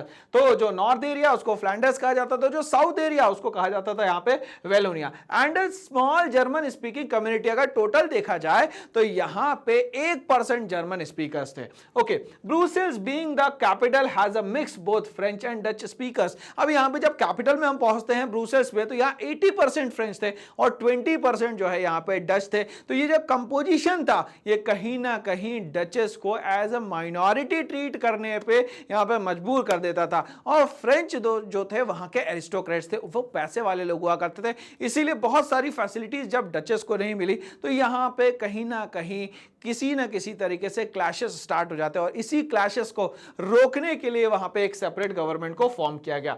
To manage this linguistic divide and avoid conflict, Belgium establish a separate government, और ये प्रॉब्लम को सॉल्व करने के लिए ही सेपरेट गवर्नमेंट बनाई गई that could ensure fair representation and equal treatment for both linguistic communities. और ये इसीलिए किया गया ताकि यहां पे फेयरली सारे रिप्रेजेंटेशंस रहे और यहां पे हर जगह पे हर एक सिटीजन को इक्वल ट्रीट किया जाए। तो भाई यहां पे ब्रुसेल्स में सेपरेट गवर्नमेंट की कहानी हम लोगों को समझ में आ गई। नेक्स्ट क्वेश्चन पॉलिटिकल साइंस से आ रहा है, बहुत ही शानदार क्वेश्चन है बट थोड़ा सा लॉजिकल क्वेश्चन है। ठीक है भाई, कहीं ना कहीं पॉलिटिकल पार्टी से रिलेटेड है ये। Which one of the following countries has two party system, ऐसी कौन सी कंट्री जहां पे सिर्फ टू पार्टीज है। टू पार्टीज का मतलब दोस्तों ये नहीं होता है कि वहां पे तीसरी पार्टी नहीं हो सकती, चौथी पार्टी नहीं हो सकती, पार्टीज तो बहुत सारी हो सकती है दोस्तों यहाँ पे, बट वहां पे एक्टिवली रोल जो है सिर्फ और सिर्फ दो ही पार्टी प्ले करेगी और बाकी सारी प्रोविंशियल जो भी गवर्नमेंट्स बनेगी वो एक्टिवली रोल प्ले नहीं करेगी। मतलब सारी पावर सिर्फ और सिर्फ जब दो पार्टियों के हाथ में आ जाए तो उसको हम लोग कहते हैं यहां पे टू पार्टी सिस्टम। तो क्या ये चाइना में है, क्या ये यूनाइटेड किंगडम में, क्या ये इंडिया में है, क्या ये पाकिस्तान में? तो हम लोग को बहुत क्लियर है सर कि यहां यूनाइटेड किंगडम और यूएसए मतलब यूनाइटेड स्टेट्स ऑफ अमेरिका में सिर्फ टू पार्टी सिस्टम है। यूनाइटेड किंगडम में देखें तो कंजर्वेटिव्स और दूसरे हो जाएंगे लेबर, और यहां पे अगर यूएसए की बात करते हैं तो वहां पे हो जाएंगे डेमोक्रेटिक और दूसरे हो जाएंगे republic. So the answer is B, मतलब ऑप्शन बी जो है दोस्तों हमारा 100% यहां पे सही है। बट हम लोग इस आंसर को यहां पे ब्रीफली डिस्क्राइब करते हैं ताकि अगर मान लेते हैं कि इससे कोई एक और क्वेश्चन फ्रेम किया जाए तो वो कैसा हो सकता है, बेसिक क्वेश्चन क्या हो सकता है। तो सबसे बात पहले करते हैं हम लोग यहां पे चाइना की। तो यहां पे चाइना में हम लोग को तो एक पार्टी के बारे में पता है, पीपल्स रिपब्लिक ऑफ चाइना, मतलब सारी की सारी पार्टी जो है सिर्फ और सिर्फ कम्युनिटी बेस्ड होती है चाइना में, इसीलिए उसको हम लोग सिंगल पार्टी गवर्नमेंट भी यहां पे कहते हैं। China has one party system with the communist Party of China. Parties कितनी भी हो सकती है मगर वहां पे अप्रूवल जो है वो देने वाला सिर्फ सीपीसी होंगे, मतलब कि Communist Party of China as the ruling party, और वहां पे ये सिंगल गवर्नमेंट है और ये रूलिंग पार्टी है। And no opposition party are allowed to challenge its rule, और यहां पे देखा जाए तो कोई भी अपोजिशन पार्टी यहां पे उस पे चैलेंज नहीं कर सकती, अपोज नहीं कर सकती। वहां पे देखा जाए तो 99% पूरी जो यहां पे डेमोग्राफी है वो सिर्फ और सिर्फ गवर्नमेंट के हाथ में, मतलब वहां प्राइवेट सेक्टर बहुत ही मिनिमम है, फैसिलिटीज बहुत शानदार है मगर प्राइवेट सेक्टर वहां पे सर्वाइव नहीं कर सकता, इसीलिए आसानी से वहां पे सिंगल पार्टी गवर्नमेंट जो है आज भी रूल कर रही है और सर्वाइव कर रही है। दूसरा हमारा जो आंसर था United Kingdom. The United Kingdom has two party system primarily dominated by Conservative Party and the Labour Party. मैंने कहा था आपसे यूनाइटेड किंगडम में सिर्फ दो पार्टी है, पहली हो गई कंजर्वेटिव और दूसरी हो गई दोस्तों यहां पे Labour Party. While there are smaller parties, छोटी छोटी बहुत सारी पार्टीज होंगी जो कि प्रोविंशियल पार्टीज होंगी यहां पे। The two major parties control most of the political power, और ये दोनों पार्टीज के हाथ में मैक्सिमम पावर है। तीसरा इंडिया की अगर हम लोग बात करते हैं तो इंडिया में हमारे पास मल्टी पार्टी गवर्नमेंट है भाई, ठीक है। अब यहाँ पे अलग अलग तरीके से अलग अलग जो पार्टीज हमारे पास बनी हुई है उसमें हम लोग बात करेंगे सबसे पहले नेशनल लेवल की पार्टीज की। With several political parties and no single party dominates the entire political landscape. तो यहाँ पे ये कहा गया कि किसी भी तरीके से एक पार्टी की मेजॉरिटी अभी तक के नहीं आ रही है, इसीलिए हमारे यहाँ कंटिन्यूअसली जो बन रही है वो बन रही है कोएलिशन गवर्नमेंट। तो चलिए इंडिया के थोड़ा नेशनल पार्टीज पे ध्यान देते हैं, और टोटल नेशनल पार्टीज जो है वो दोस्तों है हमारे पास 7, ठीक है भाई। जिसमें सबसे पहली पार्टी की बात करते हैं वो है दोस्तों यहाँ पे इंडियन नेशनल कांग्रेस, दूसरी हो गई दोस्तों हमारे यहाँ पे CPI Communist Party of India, तीसरी हो जाती है यहाँ पे CPIM, M stand for Marx, ठीक है भाई। चले चौथी यहाँ पे जो पार्टी हो जाएगी भाई वो हो जाएगी यहाँ पे बीएसपी, पांचवी पार्टी की बात करते हैं हम लोग यहाँ पे बीजेपी, छठवीं पार्टी हो जाएगी दोस्तों यहाँ पे AITC, all India Trinamool Congress, और सातवीं जो पार्टी है दोस्तों यहाँ पे ये बहुत इंपॉर्टेंट है दोस्तों, इसको हम लोग कहते हैं यहाँ पे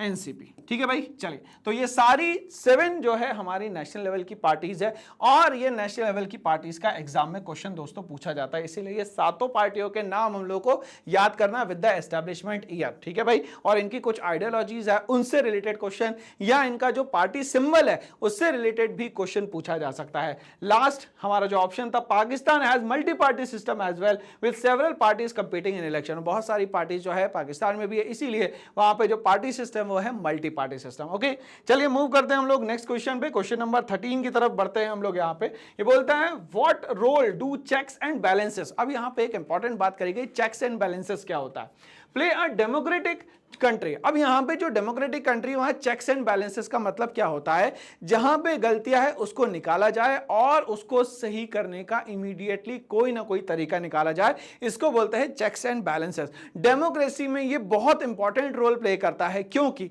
हमारी जो तीनों ऑर्गन्स है, legislature, the executive and the judiciary, अगर चेक्स एंड बैलेंसेस को यूज नहीं करेंगे तो यहां पे कंटिन्यूअसली जो भी गलतियां हो रही है उसको सॉल्व कौन करेगा। और यहां पे जुडिशियरी हर बार पनिश करेगी लेजिस्लेचर को या तो एग्जीक्यूटिव को, ये जरूरी नहीं है, इसीलिए चेक्स एंड बैलेंसेस बनाया गया है। और ये तीनों ही जो है हॉरिजॉन्टल फॉर्म में काम करते हैं, ना कि वर्टिकल फॉर्म में। तो यहां पे जुडिशियरी अगर एग्जीक्यूटिव या लेजिस्लेचर की गलतियां देखता है तो पनिशमेंट देने की पावर भी रखता है, इसीलिए ये जो बॉडी है ये इंडिपेंडेंट बॉडी है। और यहां पे चीफ जस्टिस ऑफ इंडिया जो है एक एक्टिव रोल प्ले करता है, किस तरीके से यहां पे जुडिशियरी लेवल का कंट्रोल रखना है, ठीक है भाई। चलिए तो चेक्स एंड बैलेंसेस क्या होता है ये समझने की कोशिश करते हैं। To establish a direct form of government without representative, क्या यहां पे डायरेक्ट फॉर्म ऑफ गवर्नमेंट बनाई जाएगी जिसमें कोई भी रिप्रेजेंटेटिव नहीं होगा, पहली बात। To create a separation of powers to prevent from authoritarianism, क्या यहां पे एक सेपरेट पावर्स की बात कर रहे हैं और कहीं ना कहीं अथॉरिटेरियनिज्म जो सिस्टम है उससे बचाए जाने की बात कर रहे हैं। To prevent any change to the constitution, क्या यहां पे कॉन्स्टिट्यूशन में किसी भी तरीके का चेंज नहीं हो, ये बात कर रहे हैं। To ensure absolute power for one branch of the government, क्या यहां पे सारी एब्सोल्यूट पावर की बात हो रही है और यहां पे एक ब्रांच ऑफ गवर्नमेंट को ज्यादा पावर देंगे बाकी को ऐसा नहीं देंगे, ऐसा पॉसिबल नहीं है। तो यहां पे हमें सिर्फ एक ही चीज का डर है दोस्तों, जो कि हम लोगों ने कहीं ना कहीं राइज ऑफ नेशनलिज्म में भी देखा था कि इंडिपेंडेंट के हाथ में अगर पावर आएगी तो वो डिक्टेटरशिप में कहीं कन्वर्ट ना हो जाए। इसीलिए हम लोग कोशिश करते हैं कि यहां सेपरेशन ऑफ पावर्स रहे, मतलब कि the division of power between the union government, the state government and the local self government. तो किसी भी तरीके से अथॉरिटेरियनिज्म नहीं होना चाहिए, मतलब सारी पावर किसी एक इंडिविजुअल के हाथ में नहीं जानी चाहिए। तो आंसर क्या होना चाहिए दोस्तों, इसका आंसर होगा इसका बी, कि किसी भी तरीके से पावर जो है वो अथॉरिटेरियनिज्म में नहीं जाना चाहिए, मतलब किसी एक इंडिविजुअल के हाथ में नहीं जाना चाहिए, पहली बात, ठीक है भाई। चलिए अब हम लोग एक्सप्लेनेशन पे जाते हैं कि ये एक्सप्लेनेशन कैसे हो सकता है, ये आंसर कैसे हो सकता है। पहला, to establish a direct form of government without representative, this is not related to the checks and balances. अब यहां पे बोल रहा है कि ये यहां पे डायरेक्ट फॉर्म ऑफ गवर्नमेंट बना दी जाए विदाउट रिप्रेजेंटेटिव, तो ये तो पॉसिबल ही नहीं है, ये चेक्स एंड बैलेंसेस का पार्ट ही नहीं है। A direct democracy is a system where people directly participate in decision making, ठीक है। तो यहां पे कहीं ना कहीं हम लोग उसकी बात कर रहे हैं कि यहां पे डायरेक्टली भाई इलेक्शन में लोग आ जाए और इलेक्शन हो जाए। इलेक्शन एक बहुत बड़ा प्रोसीजर है, ऐसे डायरेक्टली यहां पे इलेक्शन नहीं किया जा सकता, ठीक है भाई। But it is not the purpose of checks and balances, और ये चेक्स एंड बैलेंसेस में बिल्कुल नहीं आ सकता, क्योंकि यहाँ डायरेक्ट डेमोक्रेसी की बात हो रही है, यहाँ पे डायरेक्ट डेमोक्रेसी वर्क नहीं करेगी। दूसरा, अगर हम लोग बात करते हैं यहाँ पे to create a separation of power to prevent from the authoritarianism. तो इसकी हम लोग बात करते हैं, checks and balances are design to ensure that no single branch of the government, the executive, the legislature और द जुडिशरी, कोई भी एक organ of the government powerful ना हो जाए और दूसरे गवर्नमेंट लेस पावरफुल ना हो जाए, इसके लिए यहां पे चेक्स एंड बैलेंसेस सिस्टम बनाया गया है। Gains too much power preventing authoritarianism and ensuring that each branch can limit the powers of the other. तो यहां पे एक ब्रांच दूसरे पावर पे कहीं ना कहीं लिमिट लगाता है ताकि वो सुपर पावर ना बन जाए, और तीनों ही एक दूसरे पे वॉच डॉग की तरह यहां पे काम करते हैं। इसीलिए आंसर जो है चेक्स एंड बैलेंसेस का अथॉरिटेरियनिज्म ना रहे, इसीलिए सही हो जाता है। To prevent any change to the constitution, checks and balances do not exist to prevent changes to the constitution. Checks and balances में यहाँ पे constitution में changes का कोई बहुत बड़ा लेना देना नहीं है, but to ensure that each branch of the government respect the constitution, हर एक branch of the government जो है वो हमेशा constitution को सबसे supreme मानेगी और हमेशा respect देगी, and does not overstep its authority, और कहीं भी overstep ना करे, उसकी authority को challenge यहाँ पे ना करे। फोर्थ पॉइंट पे हम लोग आते हैं, to ensure absolute power for one branch of the government. क्या सारी पावर जो है एक ब्रांच ऑफ द गवर्नमेंट के पास होनी चाहिए? बिल्कुल नहीं, पावर का डिस्ट्रीब्यूशन होना चाहिए। This contradicts the concept of checks and balances which seeks to limit power of any single branch of government ensuring that power is distributed. और हमें पता है कि सिंगल पार्ट ऑफ गवर्नमेंट या सिंगल किसी भी गवर्नमेंट के हाथ में पूरी पावर कभी भी नहीं होती डेमोक्रेसी में, और इसी तरीके से हमारे फेडरल स्ट्रक्चर है जिसमें डिवीजन ऑफ पावर इक्वली होता है। ठीक है भाई, चलिए आगे बढ़ते हैं। क्वेश्चन नंबर 14 आ गया है, ये इकोनॉमिक्स का क्वेश्चन है, बहुत शानदार क्वेश्चन है, चलिए समझते हैं इसको। Suppose the monthly income of family members is as follow respectively. आप लोगों ने तो 9th-10th में अच्छा खासा एवरेज पढ़ रखा है, तो आपको यहाँ पे बस एवरेज निकालना है। ठीक है, the average income of the family would be, क्या होनी चाहिए एवरेज इनकम? तो एवरेज इनकम निकालने का फॉर्मूला क्या होता है ये आप लोगों को पता है दोस्तों। ठीक है, मतलब मीन निकालना है भाई, सीधा सीधा। तो मीन निकालने का फॉर्मूला क्या होता है भाई? जो भी डेटा दिया हुआ है उन सबको प्लस कर लीजिए। फॉर एग्जांपल 50,000, 40,000, 20,000 एंड 20,000 ये आपको डेटा दिया हुआ है। ठीक है भाई, चलिए तो यहाँ पे मैं इजी लैंग्वेज में लिख लेता हूँ 5 + 4 + 2 + 2, है ना भाई। चलिए, और कितने यहाँ पे लोग हैं अर्निंग करने वाले मेंबर्स? 4 है दोस्तों। ठीक है, तो 5, 4, 9, 10, 11, 12, 13। ठीक है, मतलब की बात हो गई यहाँ पे 1,30,000 डिवाइडेड बाई 4। तो इसका आंसर लगभग आ जाएगा दोस्तों 32,500। ठीक है, ये एवरेज है, बहुत आसान है, बहुत आसानी से निकाला जा सकता है। ठीक है भाई, तो चलिए, तो ये हमारा कैलकुलेशन हो गया और 1 मार्क्स हम लोगों ने अचीव कर लिए। तो इसका आंसर क्या हो जाएगा दोस्तों? 32,500 इज द करेक्ट आंसर। बढ़िया, 1 मार्क्स तो हमने अचीव कर लिया। ठीक है, ओके, आगे बढ़ते हैं। इसी के साथ आंसर हमारा सही है। क्वेश्चन नंबर 15 की तरफ बढ़ते हैं। क्वेश्चन नंबर 15 क्या बोलता है? Which one of the following indices is given priority by the World Bank with respect to the development? World Bank के नजर में यहां पे डेवलपमेंट के लिए सबसे इंपॉर्टेंट पॉइंट क्या होना चाहिए? Infant mortality rate, equality, body mass index, या तो पर कैपिटा इनकम। ठीक है भाई, चलिए हम लोग चारों ही यहाँ पे जो ऑप्शन है उसको समझते हैं और उसके बाद हम लोग कंक्लूजन पे आएंगे। ठीक है भाई, चलिए, तो इन्फेंट मॉर्टेलिटी रेट क्या होती है भाई? तो इन्फेंट मॉर्टेलिटी रेट का मतलब होता है कि 1000 बर्थ में से वो सारे चाइल्ड जो अपना 1 ईयर कंप्लीट नहीं कर पाए, ठीक है, वो सारे चाइल्ड जो 1 ईयर कंप्लीट नहीं कर पाए, किसमें से? 1000 लाइव बर्थ में से वो सारे चाइल्ड जो 1 ईयर कंप्लीट नहीं कर पाए, मान लेते हैं ये 20 है। ठीक है भाई, तो IMR क्या हो गया? 20। ठीक है, तो जो 1 साल कंप्लीट नहीं कर पाएगा इन्फेंट, उसको हम लोग कैटेगरी में लेंगे यहाँ पे इन्फेंट मॉर्टेलिटी रेट के। ठीक है भाई, चलिए, अब इक्वालिटी की बात हो रही है, तो यहाँ पे इक्वालिटी की बात हो रही है जेंडर से रिलेटेड, मतलब the male and the female are treated equally socially, economically and politically. ठीक है, बॉडी मास इंडेक्स की अगर हम लोग बात करते हैं तो बॉडी मास इंडेक्स जो है वो 18 से लेके 25 के बीच में होना चाहिए। ठीक है, और यहाँ पे BMI का फॉर्मूला जो है वो बहुत ही आसान है, वेट अपॉन हाइट का स्क्वायर। तो यहाँ पे अगर 18 से 25 के बीच में है तो ये बहुत सही है, 18 से कम है तो वो यहाँ पे अंडर नॉरिज्ड है,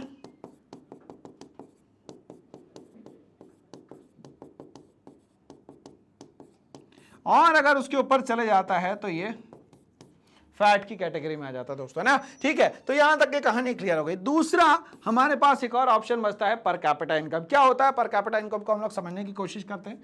तो पर कैपिटा इनकम का मतलब होता है जो भी हमारी कंट्री की टोटल इनकम है, जिसको हम लोग बोलते हैं दोस्तों यहाँ पे नेशनल इनकम। इस नेशनल इनकम को हम लोग यहाँ पे हमारी टोटल पॉपुलेशन से अगर डिवाइड कर दें तो हमारे पास आ जाती है पर कैपिटा इनकम। ठीक है, अब सबसे बड़ी बात यह है कि ये जो पर कैपिटा इनकम है ये हमारी कंट्री का स्टैंडर्ड ऑफ लिविंग शो करता है। और ये जो स्टैंडर्ड ऑफ लिविंग है दोस्तों, ये बहुत इंपॉर्टेंट है कि ये कंट्री डेवलप्ड है या यहां पे कंट्री अभी भी डेवलपिंग है। तो वर्ल्ड बैंक के हिसाब से डेवलपमेंट का जो सबसे इंपॉर्टेंट एस्पेक्ट है या उस रेस्पेक्ट में अगर हम लोग बात करते हैं तो वो है पर कैपिटा इनकम। तो चलिए, ये कहानी आप लोगों को क्लियर हो गई, स्क्रीनशॉट ले लीजिएगा, एग्जाम में जरूर काम आएगा दोस्तों, है ना। तो इसका आंसर क्या होना चाहिए दोस्तों, per capita income is the correct answer. अब हम लोग ब्रीफली समझ लेते हैं कि इन्फेंट मोर्टेलिटी रेट क्या होती है। Infant mortality rate means this is a key indicator of health and living condition but it not focus of the World Bank in measuring overall development। मैंने कहा कि एक साल या एक साल से कम का जो भी यहाँ पे चाइल्ड है, अगर वो सर्वाइव नहीं कर पाया 1000 लाइव बर्थ में से, तो उसको कहा जाता है इन्फेंट मोर्टेलिटी रेट। दूसरी बात, इक्वालिटी की अगर हम लोग बात करते हैं सोशल, पॉलिटिकल और इकोनॉमिकली हर बेसिस पे हम लोगों को मिलनी चाहिए दोस्तों यहाँ पे इक्वालिटी, पहली बात। और वर्ल्ड बैंक का इससे डेवलपमेंट से कोई रिलेशन यहाँ पे नहीं क्रिएट होता। ठीक है भाई, आगे बढ़ते हैं। इसके साथ बॉडी मास इंडेक्स पे आते हैं, इज अ हेल्थ मेजर। मैंने कहा अभी वेट अपॉन हाइट का स्क्वायर 18 से 25 के बीच में ना था, 18 से कम हो गया तो अंडर नॉरिश हो गया और 25 के ऊपर हो गया तो वो हो गया फैटी। ठीक है, use for development indices bye the World bank. World bank को यहां बीएमआई से कोई लेना देना नहीं है। लास्ट, पर कैपिटा इनकम क्या होती है दोस्तों, is a central indicator use by the World Bank to gauge the economic performance and development of a country. इससे सीधा सीधा स्टैंडर्ड ऑफ लिविंग दिखता है दोस्तों, और ये सबसे जरूरी है। मैंने फॉर्मूला भी बता दिया, नेशनल इनकम को डिवाइड कर लो टोटल पॉपुलेशन से, अगर ये बेहतरीन आ गई मतलब आपकी पर कैपिटा इनकम अच्छी है, और इसी से हमारा स्टैंडर्ड ऑफ लिविंग भी क्लियर हो जाता है। ठीक है भाई, चलिए हम लोग अब शुरुआत करते हैं यहाँ पे क्वेश्चन नंबर 16 की। Choose the correct option to fill in the blanks. ठीक है, तो फिल इन द ब्लैंक्स आप लोग बचपन से करते हुए आ रहे हैं, बट ये क्लास 10th का इंपॉर्टेंट पेपर है, तो यहाँ फिल इन द ब्लैंक्स जो आप फिल करेंगे वो बहुत इंपॉर्टेंट होगा, और उसके पीछे कोई ना कोई एक ऑथेंटिक लॉजिक होना चाहिए कि ये फिल इन द ब्लैंक्स में ये अगर टर्म आया है तो उसका रीजन क्या होगा। रिमूविंग बैरियर्स, अब ये रिमूविंग बैरियर्स तो इकोनॉमिक टर्म हो गया कि हम लोग अगर नेबरिंग स्टेट से किसी भी तरीके के ट्रेड रिलेशन रखते हैं और अगर मान लेते हैं बैरियर क्रिएट हो जाता है तो ट्रेड रिलेशन सक्सेसफुल नहीं रहेंगे, और कुछ ही दिनों के अंदर, कुछ ही सालों के अंदर जो हमारे इंटरनेशनल रिलेशन है धीरे धीरे करके ब्रेक हो जाएंगे। हमारी इकोनॉमी जो एक फ्लरिशिंग इकोनॉमी थी, एक ओपन इकोनॉमी थी, धीरे धीरे करके वो एक डार्क कॉन्टिनेंट में और वो कहीं ना कहीं क्लोज इकोनॉमी की तरफ चले जाएगी। इसीलिए यहां पे रिमूव करना पड़ेगा बैरियर्स को सारा का सारा, मतलब the restrictions are removed between the countries और restriction on business and trade set by the government is called। अगर barriers हटाते हैं, restrictions हटाते हैं तो इस टर्म को यहां पे क्या कहा जाता है। चलिए, तो इसके लिए पहले एक हम लोग कहानी को समझने की कोशिश करते हैं। तो ये कहानी कुछ इस तरीके से है, जैसे ही हमारी कंट्री का इंडिपेंडेंस होता है, और ये कंट्री का इंडिपेंडेंस हुआ भाई 1947 में। इसके बाद हमारे यहाँ 1950 में कंप्लीटली कॉन्स्टिट्यूशन बन गया, इंप्लीमेंट हो गया और सारी चीजें सिस्टमैटिक चलने लग गई। बट 1950 से लेकर 1990 के बीच में एक बहुत बड़ा सेटबैक आया, जिसको हम लोग कहते हैं दोस्तों यहाँ पे लाइसेंस राज। इस लाइसेंस राज में पूरी तरीके से जो प्रोडक्शन का डोमिनेंस था वो पूरी तरीके से पब्लिक सेक्टर के हाथ में चला गया। अब ये 40 सालों में कुछ इस तरीके से हमें लॉस हुआ कि $7 बिलियन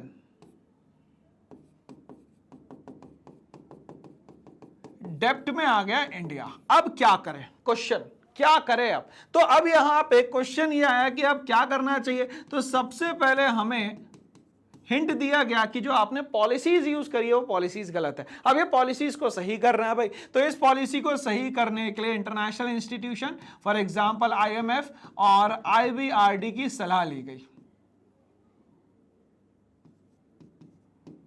ठीक है भाई, चलिए, इन लोगों ने सलाह दी कि आपकी पॉलिसीज को चेंज किया जाए, और जुलाई 1991 में यहां पे पॉलिसीज को चेंज करके यहां पे न्यू इकोनॉमिक पॉलिसी लाई गई, जिसमें हम लोगों ने लिबरलाइजेशन,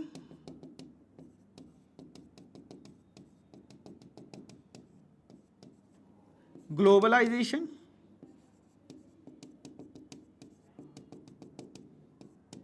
और प्राइवेटाइजेशन की बात करें, उस समय prime minister PV Narasimha Rao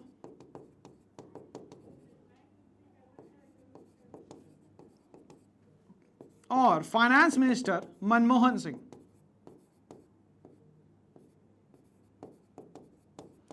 के कारण ये सारा पॉसिबल हो पाया। और यहां पे बात ये इंपॉर्टेंट हो गई कि आज हमारी इकोनॉमी जो है डॉलर 3.75 ट्रिलियन से एक फिफ्थ लार्जेस्ट इकोनॉमी है।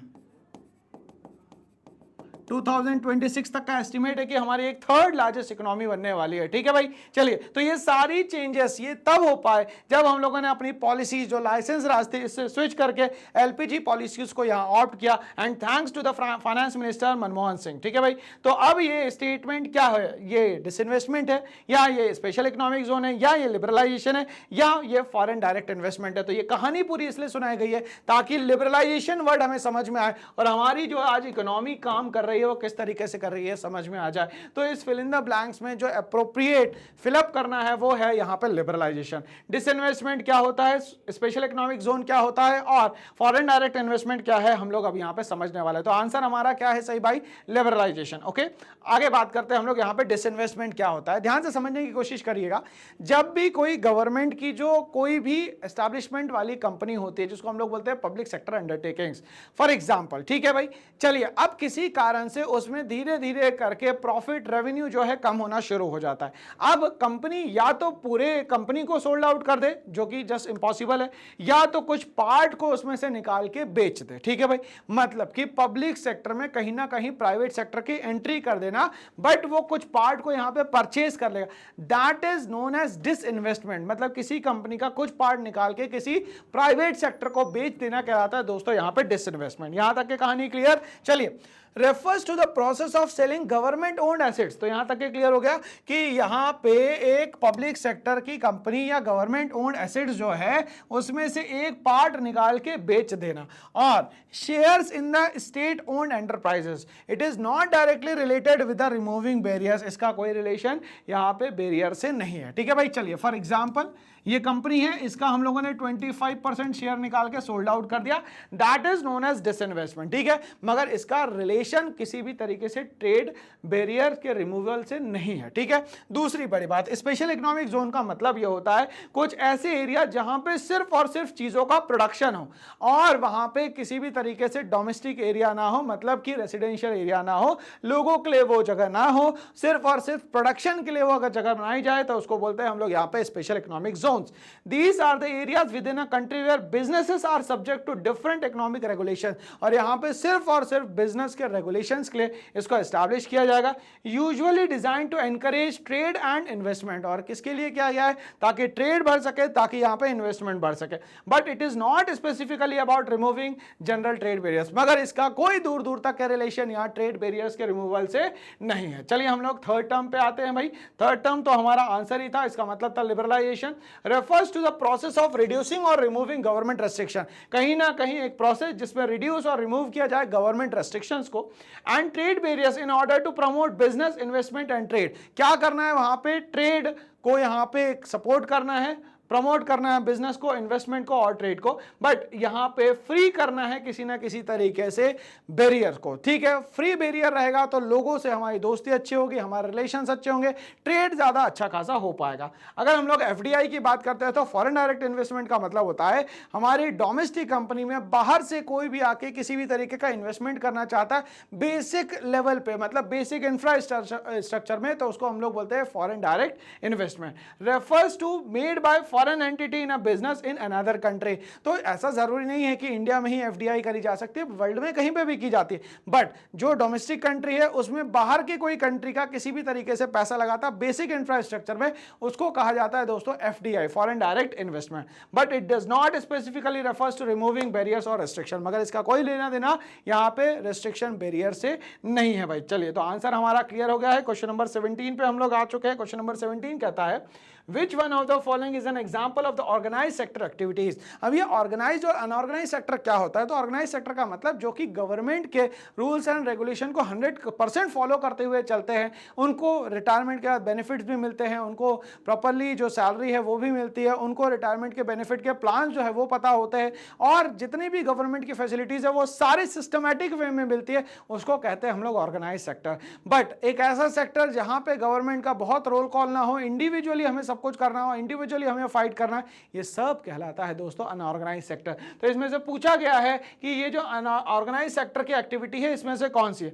अब फार्मर इरिगेटेड हिज फील्ड, अब फार्मर तो अपनी जगह पे जो इरिगेशन कर रहा है वो तो अनऑर्गेनाइज्ड सेक्टर हो गया, क्योंकि सरकार उसको मदद तो कर रही है मगर वो ऑर्गेनाइज्ड सेक्टर का पार्ट नहीं है। A handloom weaver working in her house, अपने घर में अगर वो काम कर रहा है तो वो भी यहाँ पे अनऑर्गेनाइज्ड सेक्टर का पार्ट हो गया। A head load work carrying cement, अगर मान लेते हैं सर पे सीमेंट की बोरी रख के वो इधर उधर ट्रैवल कर रहा है, सामान को इधर से उधर ले जा रहा है, तो क्या वो ऑर्गेनाइज्ड सेक्टर का पार्ट है? बिल्कुल नहीं सर, वो अनऑर्गेनाइज्ड सेक्टर का पार्ट है।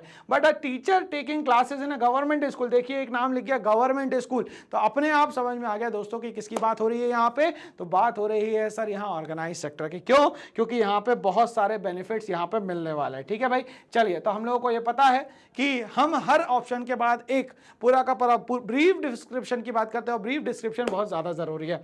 अब farmer irrigating his field, it is an example of the unorganised sector activity. Farming is typically part of the informal sector, farming को देखा जाए तो पूरी तरीके से एक इनफॉर्मल सेक्टर का पार्ट है, where workers do not have formal contract और प्रोटेक्शन, किसी भी तरीके से कोई भी कॉन्ट्रैक्ट और किसी भी तरीके का कोई भी प्रोटेक्शन फार्मर्स को दोस्तों नहीं दिया जाता।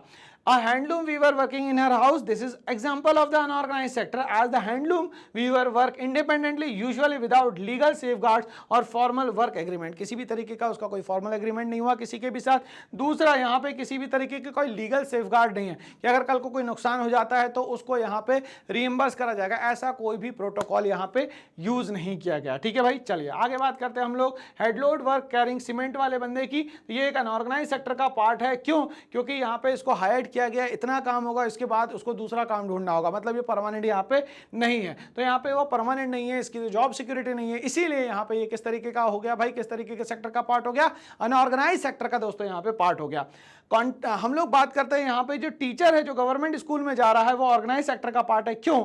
क्योंकि the sector include jobs in the formal economy where workers have established contract, legal right, job security and are usually regulated by the government. इसमें सारा सिस्टम जो है वो सिर्फ और सिर्फ सरकार चलाएगी और सरकार के हिसाब से हमें चलना होगा, इसीलिए ये जो सेक्टर है वो कहलाएगा ऑर्गेनाइज्ड सेक्टर। ठीक है भाई, चलिए हम लोग बात करते हैं क्वेश्चन नंबर 18 की। क्वेश्चन नंबर 18 बोलता है यहाँ पे which of the following are developmental goals of the prosperous farmer. अगर यहाँ पे प्रॉस्पेरस फार्मर है तो उसके और क्या क्या गोल्स होने चाहिए?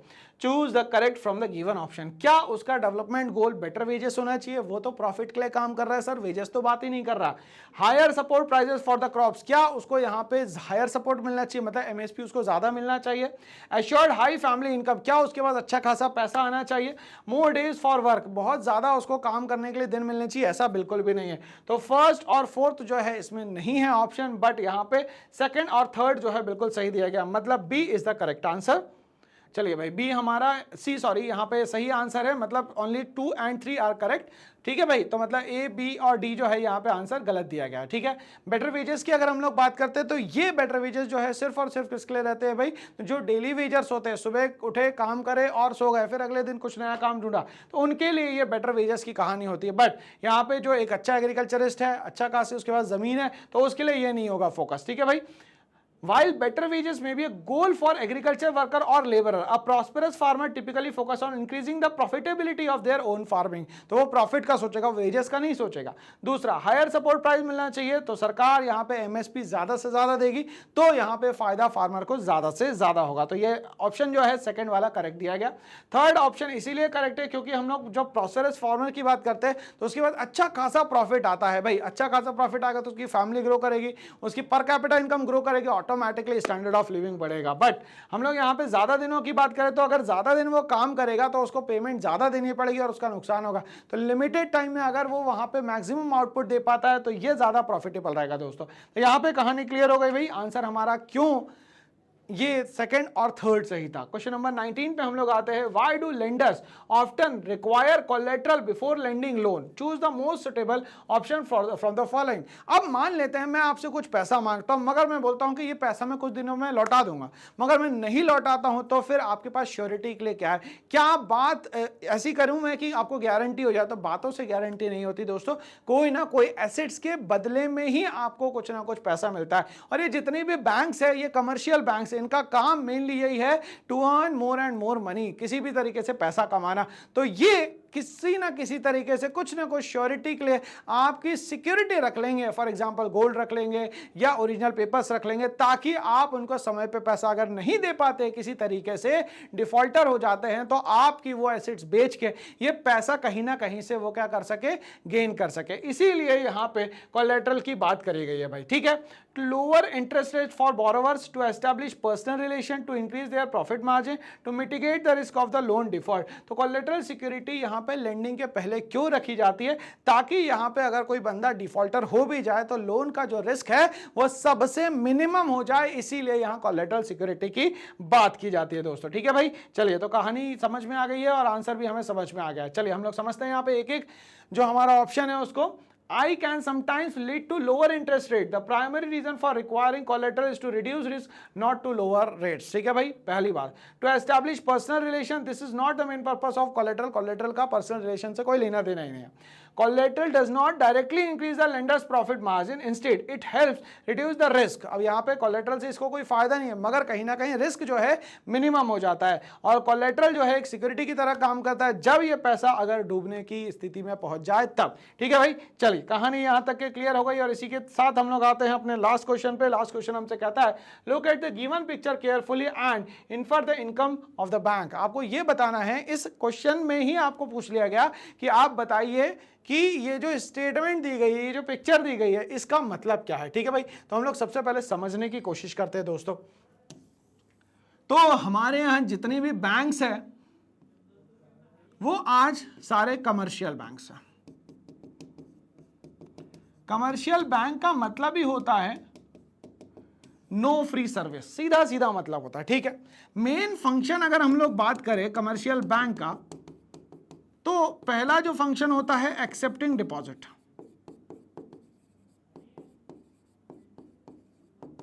ठीक है, अब मान लेते हैं किसी भी तरीके से आपने कुछ डिपॉजिट किया, फॉर एग्जांपल 5 लाख रुपीस आपने डिपॉजिट किया।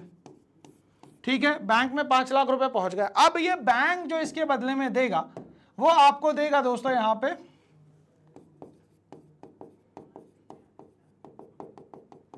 बोरोइंग रेट के हिसाब से। फॉर एग्जाम्पल ये बोरोइंग रेट जो है उन्हें दे दिया at the rate of 5% per annum. ठीक है भाई, ये पहली कहानी क्लियर हो गई। अब ये 5 लाख रुपए आते से ही बैंक का दिमाग चलेगा और वो क्या करेगा, अब जितने भी लोन वाले हैं उनको ये पैसा दे देगा। ठीक है, अब दूसरा जो काम है लेंडिंग लोन्स। ठीक है, तो प्राइमरी फंक्शन क्या हो गया बैंक का दोस्तों, पहला accepting deposit and lending loans. ठीक है भाई, चलिए अब ये क्या करेगा, जिस भी पर्टिकुलर पर्सन को ये पैसा चाहिए उसको ये देगा दोस्तों यहां पे लेंडिंग रेट पे, और लेंडिंग रेट हम लोग मान लेते हैं एट द रेट ऑफ 9% है। ठीक है, तो अब यहां पे डिफरेंस कितने का आया दोस्तों, यहां पे अगर ये मान लेते हैं 5% है और ये मान लेते भाई 9% है। ठीक है, तो ये टोटल जो है वो कितना परसेंट आया दोस्तों, 9%। तो ये जो 9% है ये बैंक की सोर्स ऑफ इनकम है, जिसको कहा जाता है दोस्तों यहां पे स्प्रेड। आई रिपीट, तो source of income of bank is known as spread. तो ये स्प्रेड कहलाता है। तो बैंक इसी तरीके से काम करता है, जितना ज्यादा लोन देगा उतना ज्यादा बैंक को क्या होगा दोस्तों यहां पे फायदा होगा। ठीक है भाई, चलिए तो हमें इस इमेज से, इस पिक्चर से क्या समझ में आया, the difference between the amount deposited and borrowed by the bank to the Reserve Bank of India. क्या डिफरेंस यहां पे बताया गया है कि जो अमाउंट डिपॉजिट किया गया और बोरोड किया गया रिजर्व बैंक ऑफ इंडिया का। अभी तो रिजर्व बैंक ऑफ इंडिया की कहानी ही नहीं है, बात ही नहीं हो रही। ठीक है, मैंने ये भी कहा था रिजर्व बैंक ऑफ इंडिया हमारे लिए बैंक ही नहीं होता, ठीक है, वो गवर्नमेंट ऑफ इंडिया के लिए बैंक की तरह काम करता है। The difference of amount of interest between what is charge from the borrowers and what is paid to the depositor. अब यहाँ पे इंटरेस्ट जो है वो चार्ज किया जा रहा है बोरोवर और यहाँ पे डिपॉजिटर का, ये भी बात नहीं है। The difference of the interest rate between what is charge from borrower and what is charge from the depositor, ये भी नहीं है भाई कहानी यहाँ पे। The difference between the amount deposited by the depositor and borrowed by the borrower, मतलब मैंने यह कहा था कि बोरोइंग रेट और लेंडिंग रेट का जो डिफरेंस है वो यहाँ पे बैंक की सोर्स ऑफ इनकम होती है और इसको कहा जाता है दोस्तों स्प्रेड। ये वाली बात याद रहेगी एग्जाम में आप लोगों को। और इसी के साथ हमारा आंसर जो है अब क्लियर कट हो गया है कि जब सर ऑप्शन डी दिया गया है ये बिल्कुल सही दिया गया है। The difference between the lending rate and the borrowing rate is known as spread. ठीक है भाई, चलिए तो ये कहानी यहाँ पे क्लियर हुई और हमारा आंसर जो है वो क्लियर हो गया सर, डी ऑप्शन जो है हमारा सही दिया गया। ठीक है भाई, करेक्ट आंसर है हमारा यहाँ पे the difference of amount of interest between what is charge from borrower and what is paid to the depositor. The income of a bank primarily comes from the interest rate differential, और इनके पास जो पैसा आता है वो interest rate के difference से आता है। This refers to the difference between the interest rate the bank charge on loan मतलब borrower and the interest rate pay is on the deposit. This difference is known as spread, और ये क्या कहलाता है दोस्तों यहाँ पे spread, and it forms the core of the bank profitability, और कहीं ना कहीं बैंक की प्रॉफिटेबिलिटी में ये सबसे बड़ा यहाँ पे एक्टिव रोल प्ले करता है। तो इसी के साथ 20 का दम जो हम लोगों ने शुरू किया है, जिसमें 20 तो क्वेश्चन होंगे, 20 तो मार्क्स मिलेंगे, मगर ताकत जो है वो बहुत ज्यादा होगी इसमें। क्यों? क्योंकि 20 के साथ लगभग 4 गुना ज्यादा, लगभग 80-90 क्वेश्चंस के हम लोग अप्रोच करेंगे। तो ये इस तरीके से अगर हम लोग यहाँ पे पढ़ाई करते हैं तो हमारे एमसीक्यू में 20 आउट ऑफ 20 आने से हमें कोई नहीं रोक सकता, और 100% यहाँ पे कॉन्फिडेंस के साथ आप एग्जाम में जाएंगे कि हमें 20 क्वेश्चन तो आते हैं, 20 मार्क्स तो हमारे तय है। तो डेफिनेट सक्सेस पाठशाला आपको देता है ये सारे फीचर्स, और आप सोशल में अगर लाना चाहते हैं 80 आउट ऑफ 80 मार्क्स तो शुरू हो जाइए, लगी जाइए। अब काम करने का वक्त आ चुका है, अब सोचने का वक्त नहीं है। तो ये सब आप लोगों को खुद करना है, जिसमें मैं आपकी एंटायरली सुबह शाम दिन रात हर वक्त आपकी मदद करने वाला हूं। Thanks for watching and all the best.